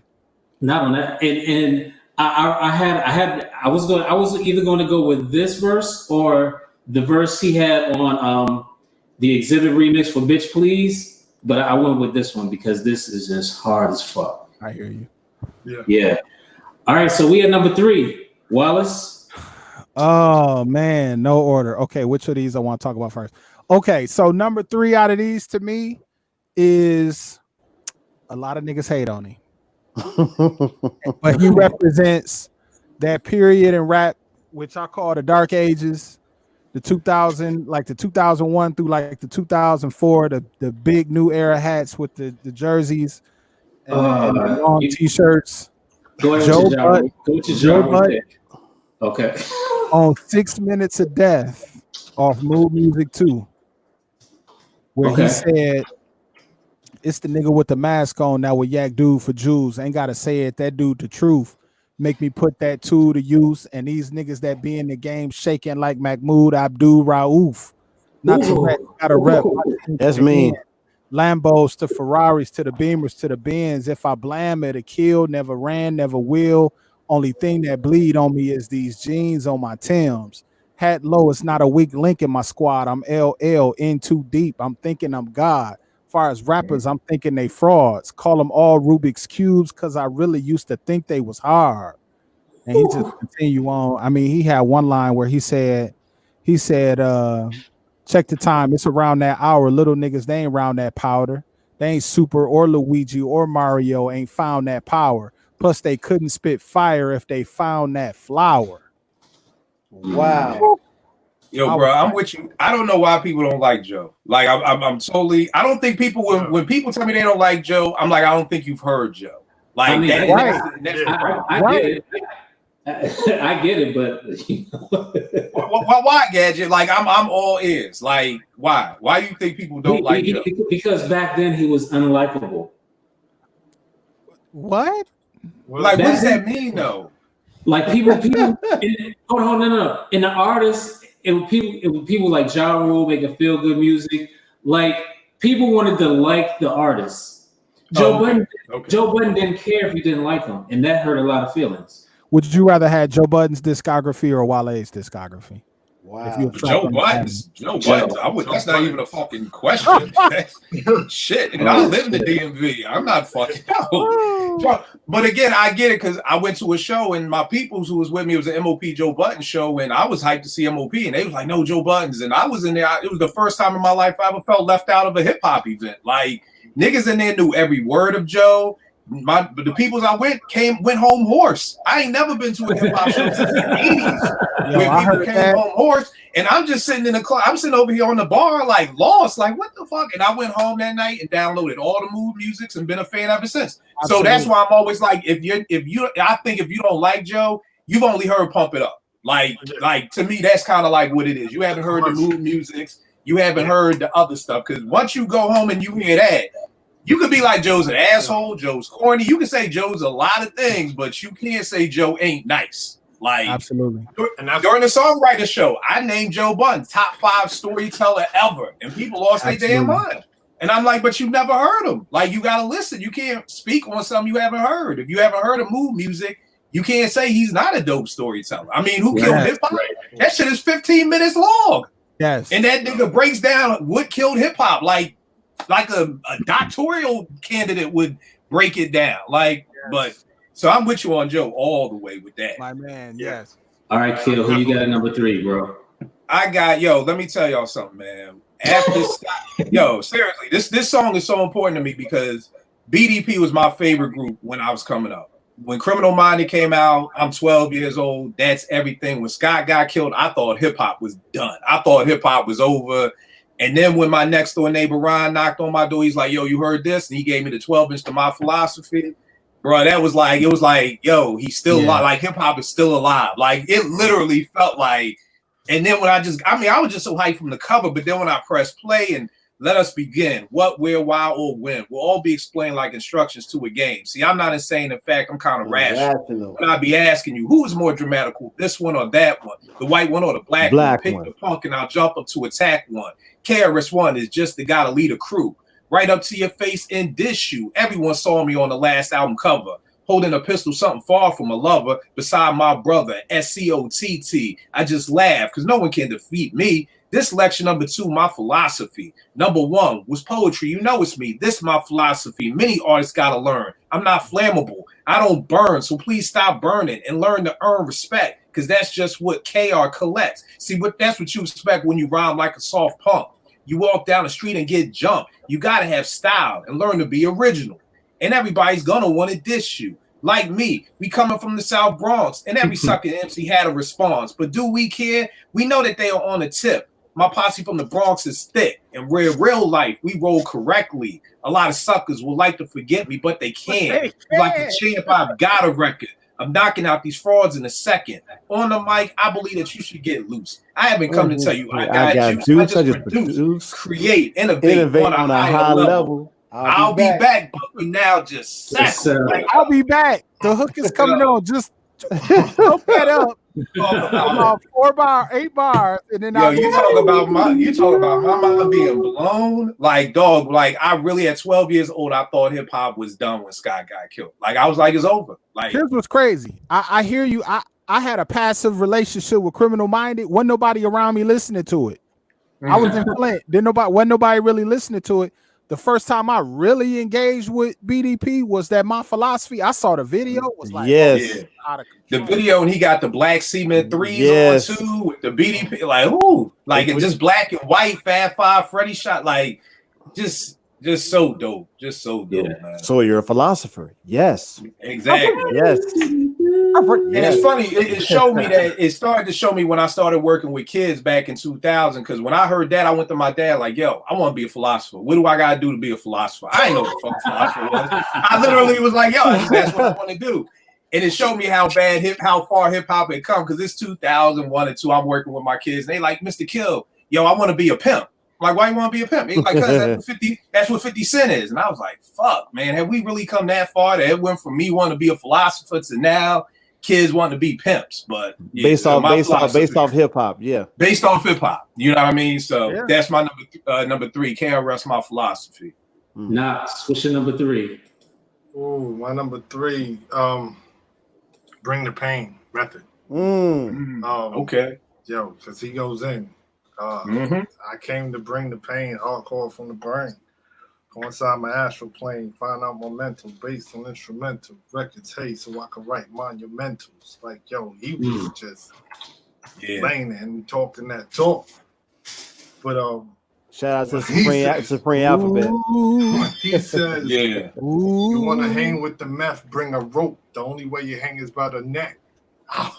For me, that just the descriptiveness of that. He was styling on him too. Yo, styling. Quick on the draw with my hand on the 4. 9-3-11 with the fucking round. That man had the best hand swag in the fucking game. Like, and it's gonna get even worse. Word to God. You know what I'm saying? With the hand movers. Yes. You ain't never lied, good brother. You ain't never lied on hand that. swag no more. You know what I'm saying? 2 Chainz ain't got no hand swag. Hey, so hold on, Wallace. Do you think he had a better hand movement game than Old Dirty Bastard? Pusha T. old dirty on Brooklyn Zoo. He was bugging. Yeah. He was bugged out. Yo, hers number 3. Number 3. I'm gonna go with Commons. I used to love her. Good pick. That song for me, man. That song is to me is the perfect embodiment for my relationship with like hip hop. Like, and although I listen to everything growing up, being in the South, you kind of listen to everything. But that song, man, the way that he objectified it to where hip hop was a woman, and you know how if you got a woman, you want to keep a woman. You don't want her to get to other people. You don't want her seeing what the next guy got to offer. You want her for yourself, and you want her at her purest form. And that song just how he talked about how he met her, how she evolved and became something else, but he wants her to be. It's just a powerful song for anybody that loves hip hop.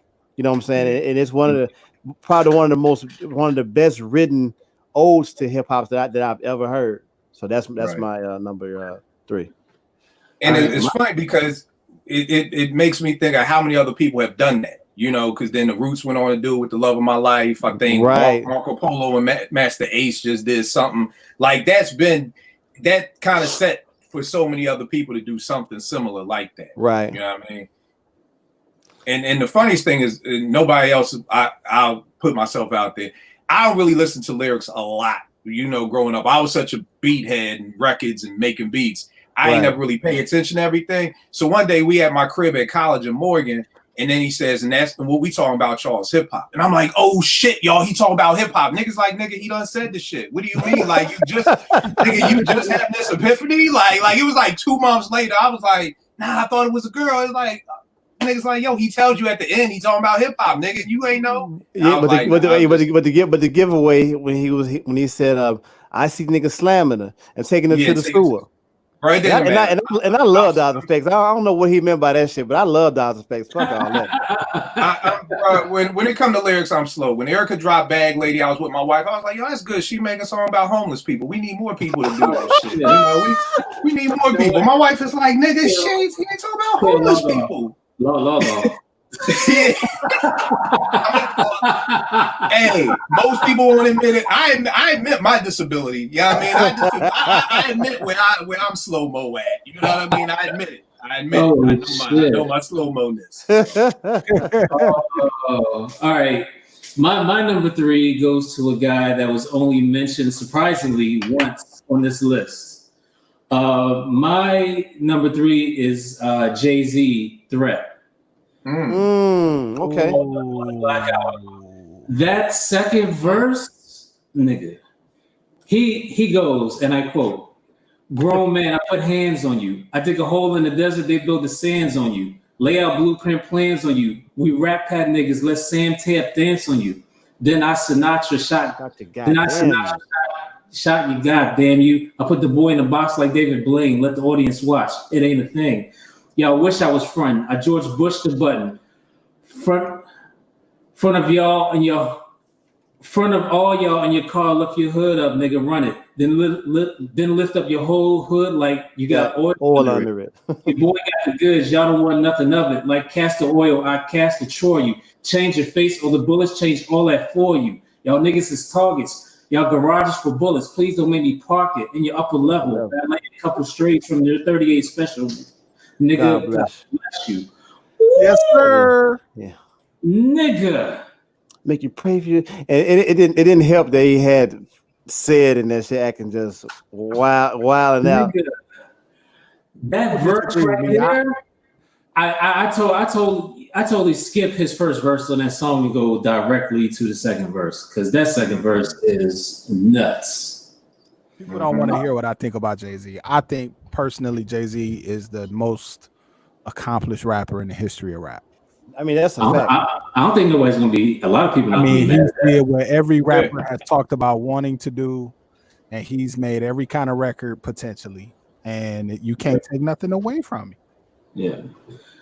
Wallace, we up at number 2. All right, so I don't know. We've had minimal West Coast, and this is West Coast by way of Philly, but I gotta go Corrupt for all my niggas and my bitches. Good pick. Good pick. You headed my way. Good pick. Hit a U-turn quick. So what's happening? I'm capping shit up like a Western flick. The kingpin of the quick. Top notch. 17 shot Glock cock. So all niggas drop. So he was gangster, but it was lyrical. And it was the best of both worlds. And I think when you kind of put Snoop next to him, that's a very good contrast in terms of rappers.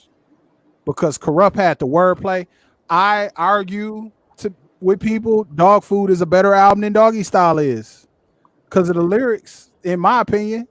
So, yeah, Corrupt is my guy, and that's one of my favorite verses of all time. That's in my top 3 all time. All right, Kill. Shit. Number God 2. damn. I expected us to bump heads more, so now I'm trying to play around with who go where. I'm so many like, verses. fuck. Yeah, so many verses. And I was like, I know we're gonna bump heads on this, so let me bring. I'm gonna have to stay on the West Coast with you because you said that. I'm gonna go with Snoop on Deep Cover. The first time I heard Snoop. Okay. With the creep with me as I crawl through the hood, maniac, lunatic, call me Snoop Eastwood, kicking dust as I bust fuck peace and the motherfucking punk police. You already know I give a fuck about a cop. So why in the fuck would you think that it would stop, plot? Yeah, that's what we about to do. Take your ass on a mission with the boys in blue. Dre, what up, Snoop? Yo, I got the feeling. Tonight's the night like Betty Wright and I'm chilling, killing. Feeling no remorse, yeah. So let's go straight to the motherfucking source and let's see what we can find. Crooked ass cops that be getting niggas a gang of time, and now they want to make a deal with me, scoop me up, put me on their team, and chill with me, and make my pockets bigger. They want to meet with us tonight at 7 o'clock. So what's up, nigga? What you want to do? What you want to do? I got my gauge, a Uzi, and my motherfucking 22. So if you want to blast, nigga, we could buck them. If we stick them, then we stuck them. So fuck 'em. Yeah, and I had, and just to say, I was with you, Wallace, on. I had 3,000 also tied for Return of the Gangster right there because I loved his verse on Return of the Gangster, the way he said off of Quimini, everything he said. But you put me in that West Coast mind frame with Corrupt and Snoop. But that 3,000 verse is stupid too. So, all right, Knox, number 2. Man, y'all actually went through and killed my list. Damn, Knox, I wish you would have said something because I got all these other verses I want to say, and I'm like assed out now. Yeah, I honestly, y'all really killed my list. I'm kind of going through stuff and just say it, bro. Hey, actually, you know what was a dope joint that I really liked, and it was a great concept to hear. 1-900 Hustler. Whoa! Yeah, yo, Freeway got the best verse. I'm gonna answer that for you. I always go with Jay. I always go with Jay's verse on that. Jay's verse. Yeah, yo, but Gorilla Pimp, slap him and sell his shit right back to him. Come on, yeah. But for some reason, I always like Freeway's verse better. Me too, man. I don't know why. I just his verse, and everybody is doing their due diligence on that song, but for some reason, man, Freeway's verse is it's the best to me. I thought Freeway, when I first heard that verse, I thought he was like a slime ball short white dude. You know what I'm saying? That's first things first. Watch what you say out your mouth when you're dealing in the presence of hustlers. Yeah. Like he was just like a Italian dude or something. I'm like, but Freeway when his album dropped, when What We Do dropped. Oh, bro. Man, listen. Yes. Oh yeah. Man, listen. Yeah. Oh yeah. Hurts. So on you, brother. I'm gonna keep it down south, and a lot of people probably don't know this verse, but a lot of y'all probably do. But it's the verse from ATLians. It's on the B side. I gotta think of the name of the song. It escapes me right now. But Andre's verse goes like, "I came into this world high as a bird. For secondhand cocaine powder, I know it sounds absurd. Never treated it, but it's in my veins. While the rest of the country bunges off bridges without no snapback and bitches. They said they need that to shake their fannies in these ass clubs. They go the other route, turn each other out, burn each other out. When no bona fide nigga like me can't even get no back rub these days. Ain't they bleak on their part? But they hold it. I mean, but let me hold it down because they shut you down. We speak from your heart. Now that's hard. Now while we ranting and raving about gats, nigga, they made them gats. They got some shit that'll blow out our backs from where they stay at. When I first heard this verse, it was 96. I was at a Shoney's, and my partner had just bought the bootleg, and we were sitting there listening. We were listening to it. You know, he had like we would listen to after we got to eating at Shoney's or whatever. And I think whoever sold him the tape sold it to him with the B-side rewind. At first, we listened to that first. And when he said, while we ranting and raving about gats, nigga, they made them gats. They got some shit that'll blow out our backs from where they stay at. I was like, this is a totally different Andre that I listened to on Southern Playalistic or on Soul Food. And I was wondering, and being that side was at the beginning first, I was like, man, what this dude, what he on now? Because he sounds completely different. So I go, with that verse, although it was on the B side first, that verse it stuck out to me. It stuck out to me rather. And it to me is one of the best short verses that I think he's ever spit, because the so many points he was making within that short framework. I was like, man, this is crazy. Like, this is super crazy for him to be on the shit he on now. He went from pimping to some otherworldly shit. And in my introduction to that album was that first cut on the B side. Let me find out what the name of that is. Babylon. That's what it was. Babylon. Yeah. But yeah, to me, that's one of my favorite Dre verses, and probably one of my favorite verses of all time. Okay. All right. My number 2 was I had a runner up because somebody took Microphone Fiend. Microphone Fiend was originally my number 2. Who took it? Somebody said Microphone Fiend in the first round. It might have been Wallace. No, he said my melody. He said melody. Oh, okay. The number 2 is Microphone Fiend, Rakim. There goes my number 1. Yo, this song really set it off for me with Rakim. I was a fiend before I became a teen. I melted microphones instead of cones to ice cream. Music orientated, so when hip hop was originated, fitted like pieces of puzzles, complicated. Because I grabbed the mic and tried to say yes, y'all, they try to take it and say that I'm too small. Cool, because I don't get upset. I kick a hole in the speaker, pull it plugged in, I jet back to the lab without a mic to grab. Then I add up all the rhymes I had. One after the other one, then I make another one. To this the opposite, then after the brother's done. I get a craving like a fiend for nicotine, but I don't need a cigarette. Know what I mean? No. Boy. Ooh. When that nigga said after 12, I'm worse than a gremlin. Give me hip hop. And I started trembling. Oh yeah. My God, man. And if you watch the Gremlins, the imagery. Yeah. Like, yo, I heard that. I was like, this nigga. And then the beat was crazy too. Yes.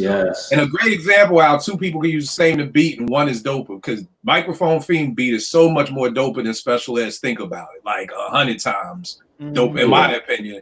You know what I mean? Even though it's the same sample. So yeah. Right. All right, we have number 1. This is it, y'all. Wallace. My number one favorite verse of all time is Most Def on Thieves in the Night on Black Star's album. Ooh. Okay. That came out. I was in college. I had changed my major from telecommunications and film to education. I was real deep into Black consciousness and was getting ready to graduate and go out into the world. And that really just kind of set the tone for being a Black man, 21, 22 years old, about to go out into the world and try to make a difference. So it's 44 bars, so I ain't about to read all of it. But when he explained, he said, this life is temporary, but the soul is eternal. Separate the real from the lie. Let me learn you. Not strong, only aggressive, because the power ain't directed. That's why we are subjected to the will of the oppressor. Not free. Not free. We only licensed, not live. We just exciting because the captor's on the masters. To what we say. Yeah. Not compassionate, only polite. We well trained. Our sincerities rehearsed in stage. It's just a game. Not good, but well behaved because the camera survey. Most of the things that we think do or say. We chasing after death just to call ourselves brave, but every day next man meet with the grave. I give a damn if any fan recall my legacy. I'm trying to live life in the sight of God's memory like that, y'all. And so, yeah, it just kind of set the tone. It's something I could always go back to, and it would just kind of bring me back to my square. So yeah, that's my number 1 of all time. All right, Kill, number 1. My number one, so many verses I could pick from this person. He's my favorite MC ever. I believe he's the GOAT. I even got the comic book to go with the song, if y'all can see that. The 10 Crack Commandments comic book, the step-by-step booklet for you to get. Got a whole booklet to it. You know, got the whole book to it, the number 10. So to run through that real quick, not the whole thing, but I've been in this game for years. It made me a man animal. It's rules to this shit. I wrote me a manual, step-by-step booklet for you to get your game on track, not your wig pushed back. Rule number uno, never let no one you know how much dough you hold, because you know the cheddar breed jealousy, especially if that man fucked up, get your ass stuck up. Number two, never let them know your next move. Don't you know that bad boys move in silence and violence? Take it from your highness. I done squeeze mad clips at these cats for their bricks and chips. Number three, never trust nobody. Your mom set that ass up, properly gassed up, hoodie the master for that fast buck. She be laying in the bushes to light your ass up. This nigga just said your mom's is waiting in the bushes to light your ass up. Your mother. Like, yo, don't even tell your mother how much money you got. Nigga. You know what I mean? The funniest thing about life after death, man. I've never seen this before with hip hop. Gad, you may remember in Philly, Circuit City, you would go buy something, then they send you to the basement to go pick it up. When I went in Circuit City, the day of Life After Death came out, the whole store was blasting Life After Death.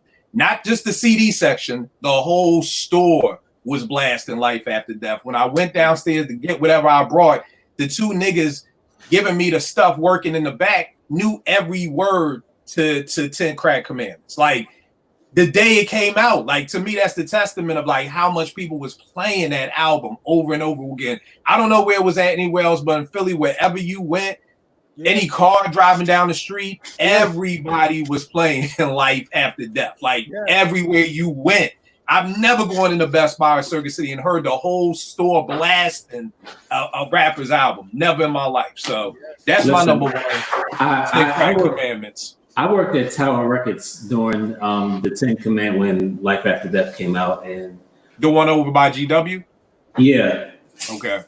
And there was a line around the corner, like people were lined up. You know, like it's kind of in like a mall area, like I know exactly where you at. All the way down to the other door. Or like it went from 19th Street to like 20th, or 20th to 19th Street. It was crazy. I'd never seen anything like that before. The only thing I've ever seen similar to that after in the 2000s was 50 Get Rich or Die Trying. Because I remember going to I went to like 6 stores and everybody was sold out. I have never seen that. Like, I went to Circuit City, Best Buy, 2 record stores. Everybody was sold out of that 50 Get Rich or Die Trying. That was a big. You couldn't even find it anywhere. It was a phenomenon, dude, when that album came out. Yeah. Like I said, I've never been to 6 different record stores and everybody sold out. Like, In the Club may have been the hottest record of at one point. It was. It was the hottest record. I had never seen a record go crazy like that in the club. Yeah. You had your hip hop records that worked in this hip hop club or or whatever. You had your R&B records, your pop records. That record went crazy. Yep. Yeah. Knox. So what's your number one? Definitely for my number one. Man. I had to kind of go back through and see what I could pick, but definitely had a big verse up there, verse for Kicking the Door. But I'll probably go with let me see, Jizz's verse on Shadow Boxing. Okay. Style, bro, motherfucker, back like it. Most rap niggas came loud but unheard once I pulled out. Ran them off to the nearest third. Yo, I think, I'm trying to remember how did it started. I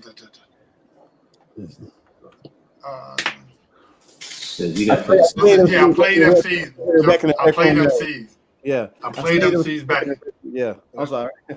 I slayed MCs back in the Rec Room era. Like, from that is like, that first line right there was like, yo, I've been killing niggas since Sandbox. Like, yo, how were you rapping in the sandbox? So, I thought that was like real dope, creative, and yo, Jizzle is honestly like one of my favorite MCs.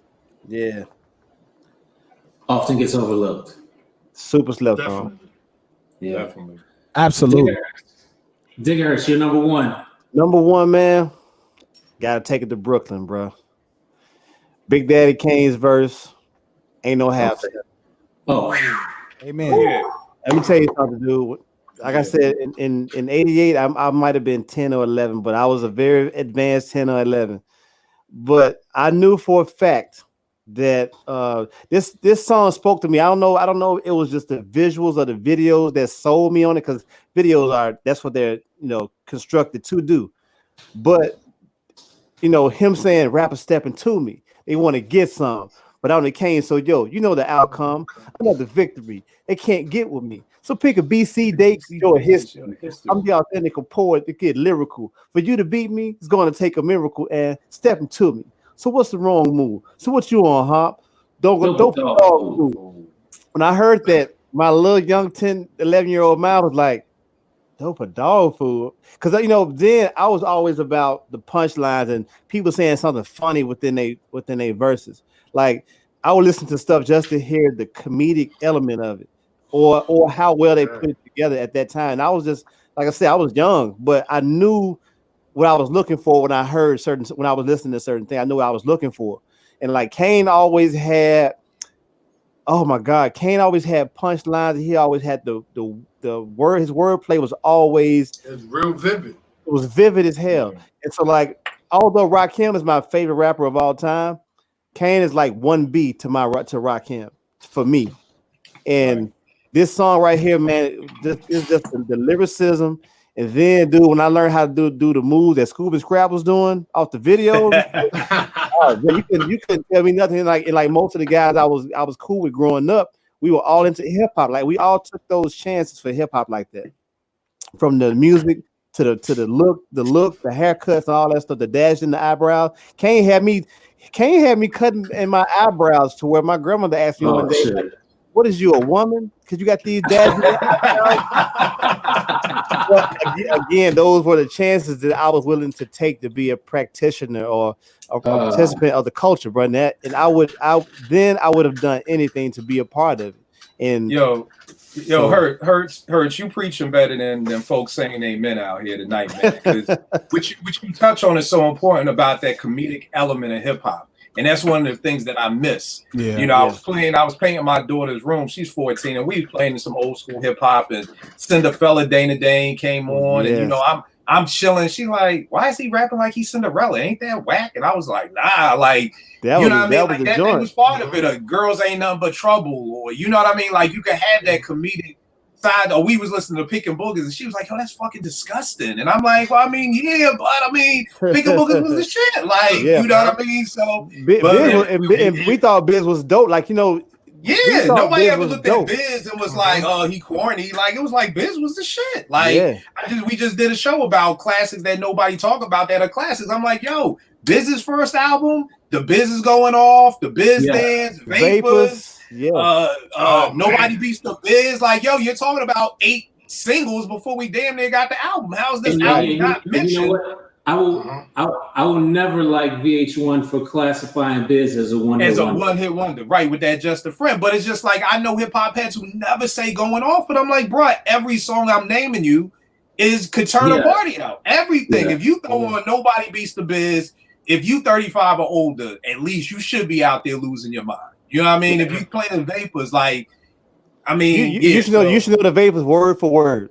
Right. That's how much I listened to it then. You know what I'm saying?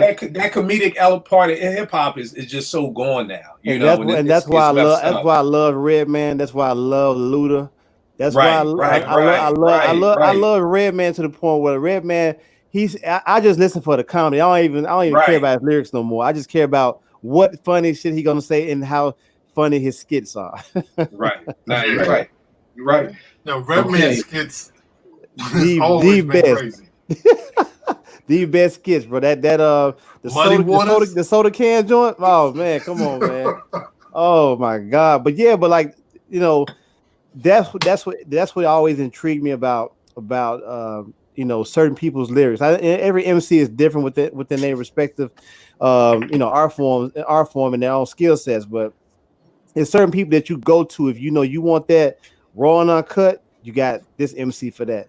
If you want the comedic element, you got that. But you want some straight up, man, like rough, rugged, and raw shit, you got MCs for that.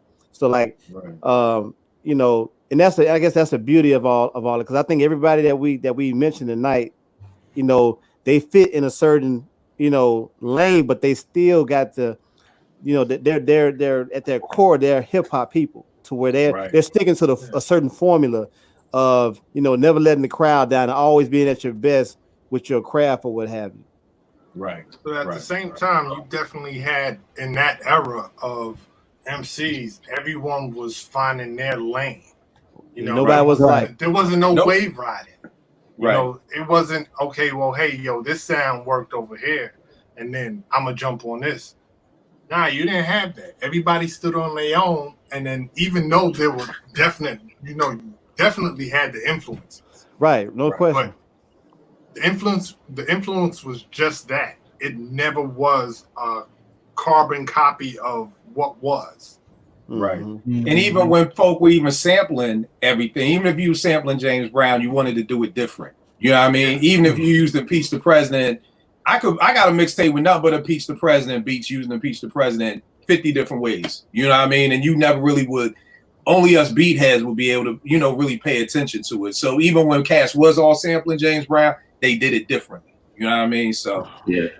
I think the most important thing too is also that you are able to differentiate who was who. Like now, I don't know who's who, because everything sounds like one running song that's just you know, because everybody had the same sound, they had the same cadences.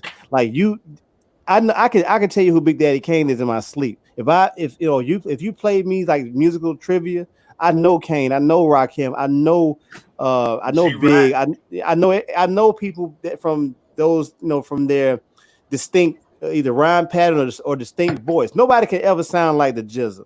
You know what I'm saying? Nobody can ever sound like DMX or whatever. You know what I'm saying? And that's probably a good thing. But that was also the element of having gatekeepers, because you couldn't come in and sound like somebody else and then get called on it. Right. Yeah, that's true. You know what? I'm sorry. Go ahead, Kill, man. No. I was gonna say I wanted to get Gadget first last hit. You know, right. I mean, this is a great conversation because I want to know who were the gatekeepers. You know what I mean? But I want Gadget to get his last try, man. Okay. You know what I mean? I'm sorry, Gadget. Damn. My number one, we're gonna stay in Brooklyn. Okay. Big Daddy Kane's verse on the symphony. Wow. Okay. I was gonna pick that one, but that ain't no half step was my joint, man. I read many places on a regular basis and broken down mics were the only traces that I've been there and there at the party. The mics had my prints and on it was a body. So take caution. I'm not horsing around in the throwdown clown. I'm taking your son. So this is now the way that I kick it. Because if rap was the house, you'd be evicted and dismissed from the microphone, choking on a bone. Because daddy's home. And battling me is hazardous to help to put a quarter in your ass because you played yourself. Like a game in an arcade. You need a far aid. I'm walking the path that the law made. I attend to begin to send the preach and reach the T, so just say when. So I can let the lyrics blast like a bullet. My mouth is the gun. My mouth is the gun on suckers. I pull it. The trigger. You figure the pop's getting bigger. Because when it comes to money, yo, grand's my nigga. Woo! Yeah. When I first saw the symphony on the box, I went crazy. Yeah. And Kane was the only nigga that didn't want to wear high. He didn't want to wear that, and he ended up doing it for Posse. Nah, yo, the wild part about that, is it in this book? It may be in y'all know me, I'm like the hip hop bookworm. It's around here somewhere. You got the Cold Chillin' book. The Cold Chillin' book. It may be in here, it may be in another book, but they said what happened was during the video shoot, somebody got shot. And Kane, that's why Kane's not in the video, because it was like one of Kane's people who did it. I don't know. Just somebody got shot. Kane had to leave the video set because it was one of his peoples who did it. So it's like, yo, get Kane out of here. That's why he had to do the video from like. That's why he's not in like the Western scene or whatever. Like that. That's why. That's why somebody got shot. Yeah, I always wondered that because I'm like, man, why Kane so special to where he got to come in, man? He had to come in with a mod. It would be like if we was all together and Gadget Man shot somebody. We was like, yo, we gotta get Gadget out of here. You know what I mean? And we still did the show, but then we had to bring Gadget back in later to do his part. So that's why. Until your turn goes down, nigga. Turn goes down. Hey, I wanted to. Somebody actually pointed this out in the chat. We didn't have any females. Now here's the wild part. I got two. Now here's the thing. I got one too. Go ahead. I had two backups. I had Lauren, me too. I had Lauren with the vocab because I figured we was gonna bump heads somewhere. So I had Lauren with the vocab, and I had MC Light's verse on Paper Thin. So that's mine too. I actually did have two female MCs in here. With that, I had wrote down Lauryn Hill on Mystery of Iniquity. And I had also wrote down Mecca Star from 3 to Highway by Bahamadia. The last verse on that Bahamadia, she blacked out. And here's a dope verse. It wouldn't have made my list, but Jean Grey on Ski Beats The Prowler 2. It's Jean Grey, Mos Def, Jay Electronica, and Joel Ortiz. Jean Grey sets it off and destroys it. And keep in mind, I just said the song is Jean Grey, Jay Electronica, Mos Def, and Joel Ortiz, and Jean kills it. And if I did add a female, it would be Antoinette for I Got an Attitude. Yo, do you know? On some real shit, do you know Antoinette has a book out right now? Yeah. That's amazing to me that you got one song and that equaled a book.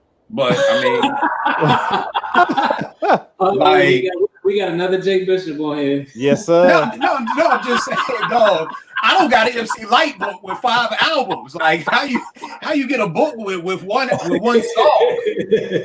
you got ran out of hip hop, and you got ran out of hip hop by Light because I Got an Attitude was dope. That's one of the dopest songs at that time. 10% this just annihilated her whole career, killing everybody in sight. Yeah, I don't know what the book name is. It's something like Antoinette. Something like you know what it is? It's something like Antoinette. From an Attitude to Gratitude. I think that's the name of the book. Antoinette from Attitude to Gratitude. Kill Bishop.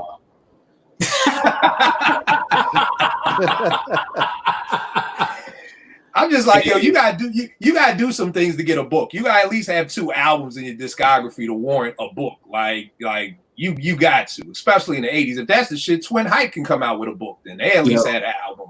Well, the K9 Posse gonna have a book. King's Son could have a book. I loved you guys' list tonight, but there was no Big Pun. There was no Coogee Rap. There was a lot of people left off, but this is just. But you know what, again, with these type of lists, I know for myself, I can't speak for everybody, but these lists, you know, it's so much dopeness out there. Yeah. That, you know, even with everybody's 10 lists, that top 10 could change at any given time. Right. Based on if you're doing the criterion of what, you know, based on the criteria of things or whatever. Right. So it's so much dope stuff out there. It's like trying to eat one Lay's potato chip. You just can't eat one. Yeah. Right. And you can find what you like, man. You just got to look for it. Right. Especially supporting the people who are around you. That's making it. Like, and then I think that Blunt Force Trauma album, when my man Camber said girls yell his name when they spray out cum, I said, Jesus Christ. And Knox, I don't know what gadgets holding over your head, man, to where you had him doing the ad libs, man. He must got like. Wait, he was doing ad libs on that joint? Oh, you ain't hear him? Yeah. Watch the video. Sicker than your average. Yeah, I said, man, he must got dirt on Knox, bro. Yo, Hurst, wouldn't I say he must have naked pictures of God or something? Right. Hey, I I want to thank you guys for wasting your 2 hours with me. I really wasting, man. This was dope. Gage, can I say something real quick too? Yeah. Go ahead. I think too, and again, Digger Hurts and Wallace, everybody have made great points. That when you're looking at your top 10 lyrics, we just talking about lyric. We really were just looking at verses, just the second verse, or the third verse. There's thousands, because we did this the other day and we were talking about an MC, and one of my people was like, he's in my top 25, and people was like, damn, that's fucked up, 25. And I'm like, y'all gotta look at the bigger scheme of things. Like we did this March, we do these March Madness brackets on my podcast, and we had like 60. So if you're in the top 25 MCs, that means you're a 4 or 5 seed in a March Madness bracket, which is damn good. Like when you look at it like that, off the top, when you just hear 25, you automatically think you shitting on them. But when we do these brackets, there are 64 slots. Like we're leaving out like 100 MCs.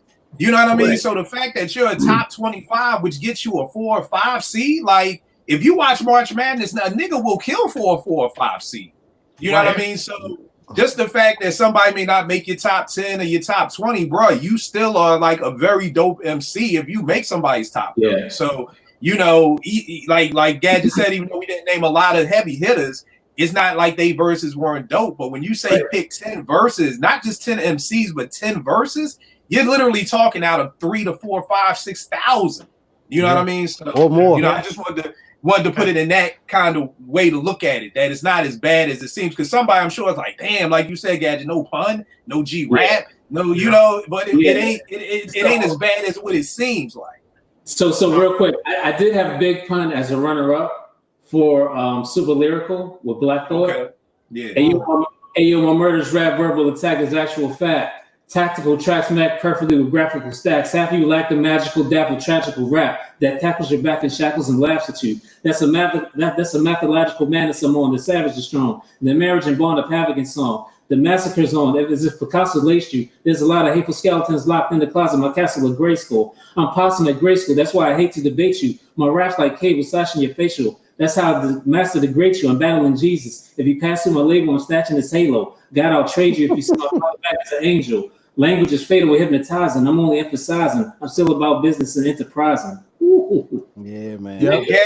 Gage, I give you props for just trying to say a Big Pun verse. So you get a salute right there, because I'm like, oh, this nigga really gonna say it. Okay, cool. Ooh. I had the Joe Budden freestyle from Green Lantern as a runner-up too. There you go, right there, because Joe blacked out on that. That joint with Kiss and Beans and Freeway up there with him. Yeah, Joe blacked out. Joe blacked out. Blacked out on that. I had Fonte on Slow It Down on the Minstrel Show. I had Black Thought, Clocks with No Hand. That is a dope song, bro. Oh my God. I had Laura Finesse last verse on Something for the Ladies. Okay. I was trying to pick stuff that I knew wasn't gonna come up. I knew it was gonna be a lot of Big, a lot of J. You know what I'm saying? Right. So I wanted to make sure I covered some of the lesser known joints that I love. Right.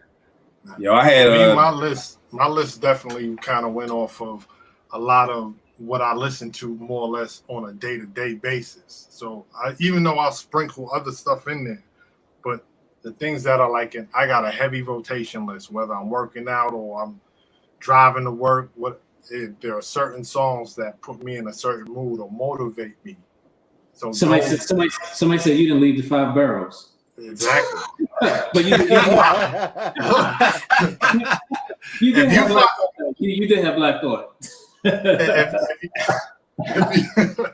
Yeah, so he jumped on the turnpike. And I came back real quick. Yeah, he jumped on the turnpike. I had Brooklyn Zoo, Old Dirty, his first verse. I love that joint. I had Redman's Tonight's Tonight. Tip's verse on Check the Rhyme. Set It Off, Kane. Top Billin', Milk's first verse. Big L, Ebonics, his first verse. And Poetry, KRS, his third verse. So those were the backups I had for that. That's what's up. Hey man, again, thank you guys for showing out tonight. It was a great show. Thank you, good brother. I'm pretty sure it's gonna be some conversation about this because I'm gonna put the list up under the video. Yo, Gadget, please. I'm just gonna put everybody. Who had the most picks? Like, because I think Canibus may have won because Canibus got shouted out like 4 or 5 times. Actually, Big. Okay, Big. Okay. Yeah. Then Canibus, I bet. I've also had the same Sigel verse that Kill had as well. Yeah, that crew, man, that crew love, that crew, yo, oh my gosh. Yeah, I'm surprised nobody said that Beans verse from Once Again on Things Fall Apart. Oh yeah, he killed that too. Woo. Beans was killing anything he touched on. It's all called Adrenaline. Adrenaline. Yeah, what did I say? Once again. What the Adrenaline, that's what it's called, yeah. So I see how you can say that. All right, guys. Thank you, man. Good brother. Yeah, appreciate that, Gadget. Yeah, man, no doubt. Be prepared. I'm telling you, there's gonna be you know how people on social media are. They take shit for gospel. This is not gospel. You know, Kill. You already know. You gonna have the Eminem stands on you, and it's all good, brother. It's all good.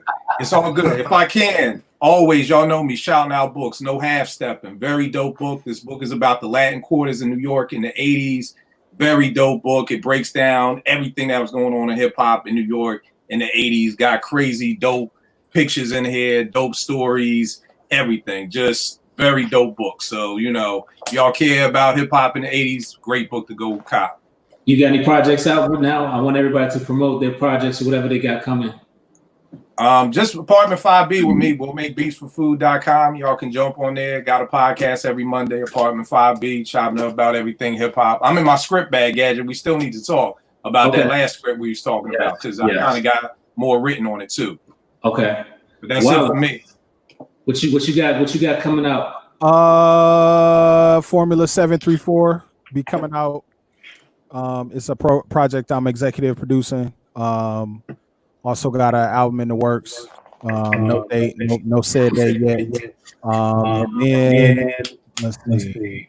Just working. Just check me out on Instagram. Where's Wallace? All right, Knox, what you got? Black Earth album out right now. Blunt Force Trauma on all streaming platforms. You know, right now just looking at another chapter to this Black Earth segment, just trying to put more stuff together. I also got another joint in the works with King Hayes. So that's under wraps, and we're trying to finish up some stuff now, so that should be coming soon. And now, where'd you say I can get that new joint at? Which Blunt Force Trauma on Spotify, Apple Music, Tidal, on all streaming platforms.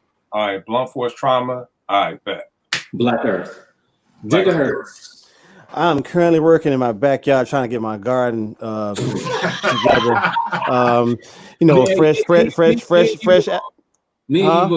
Fresh alfalfa, some asparagus, cabbages, cucumbers, snap beans and butter beans, shit like that. No, seriously, nothing as of right now, just working every day to perfect the craft. So if you like, fresh daily beats, holler at me on IG. I'm constantly working on stuff. So no projects of late, but you never know, something might pop up here and there. So be on the lookout.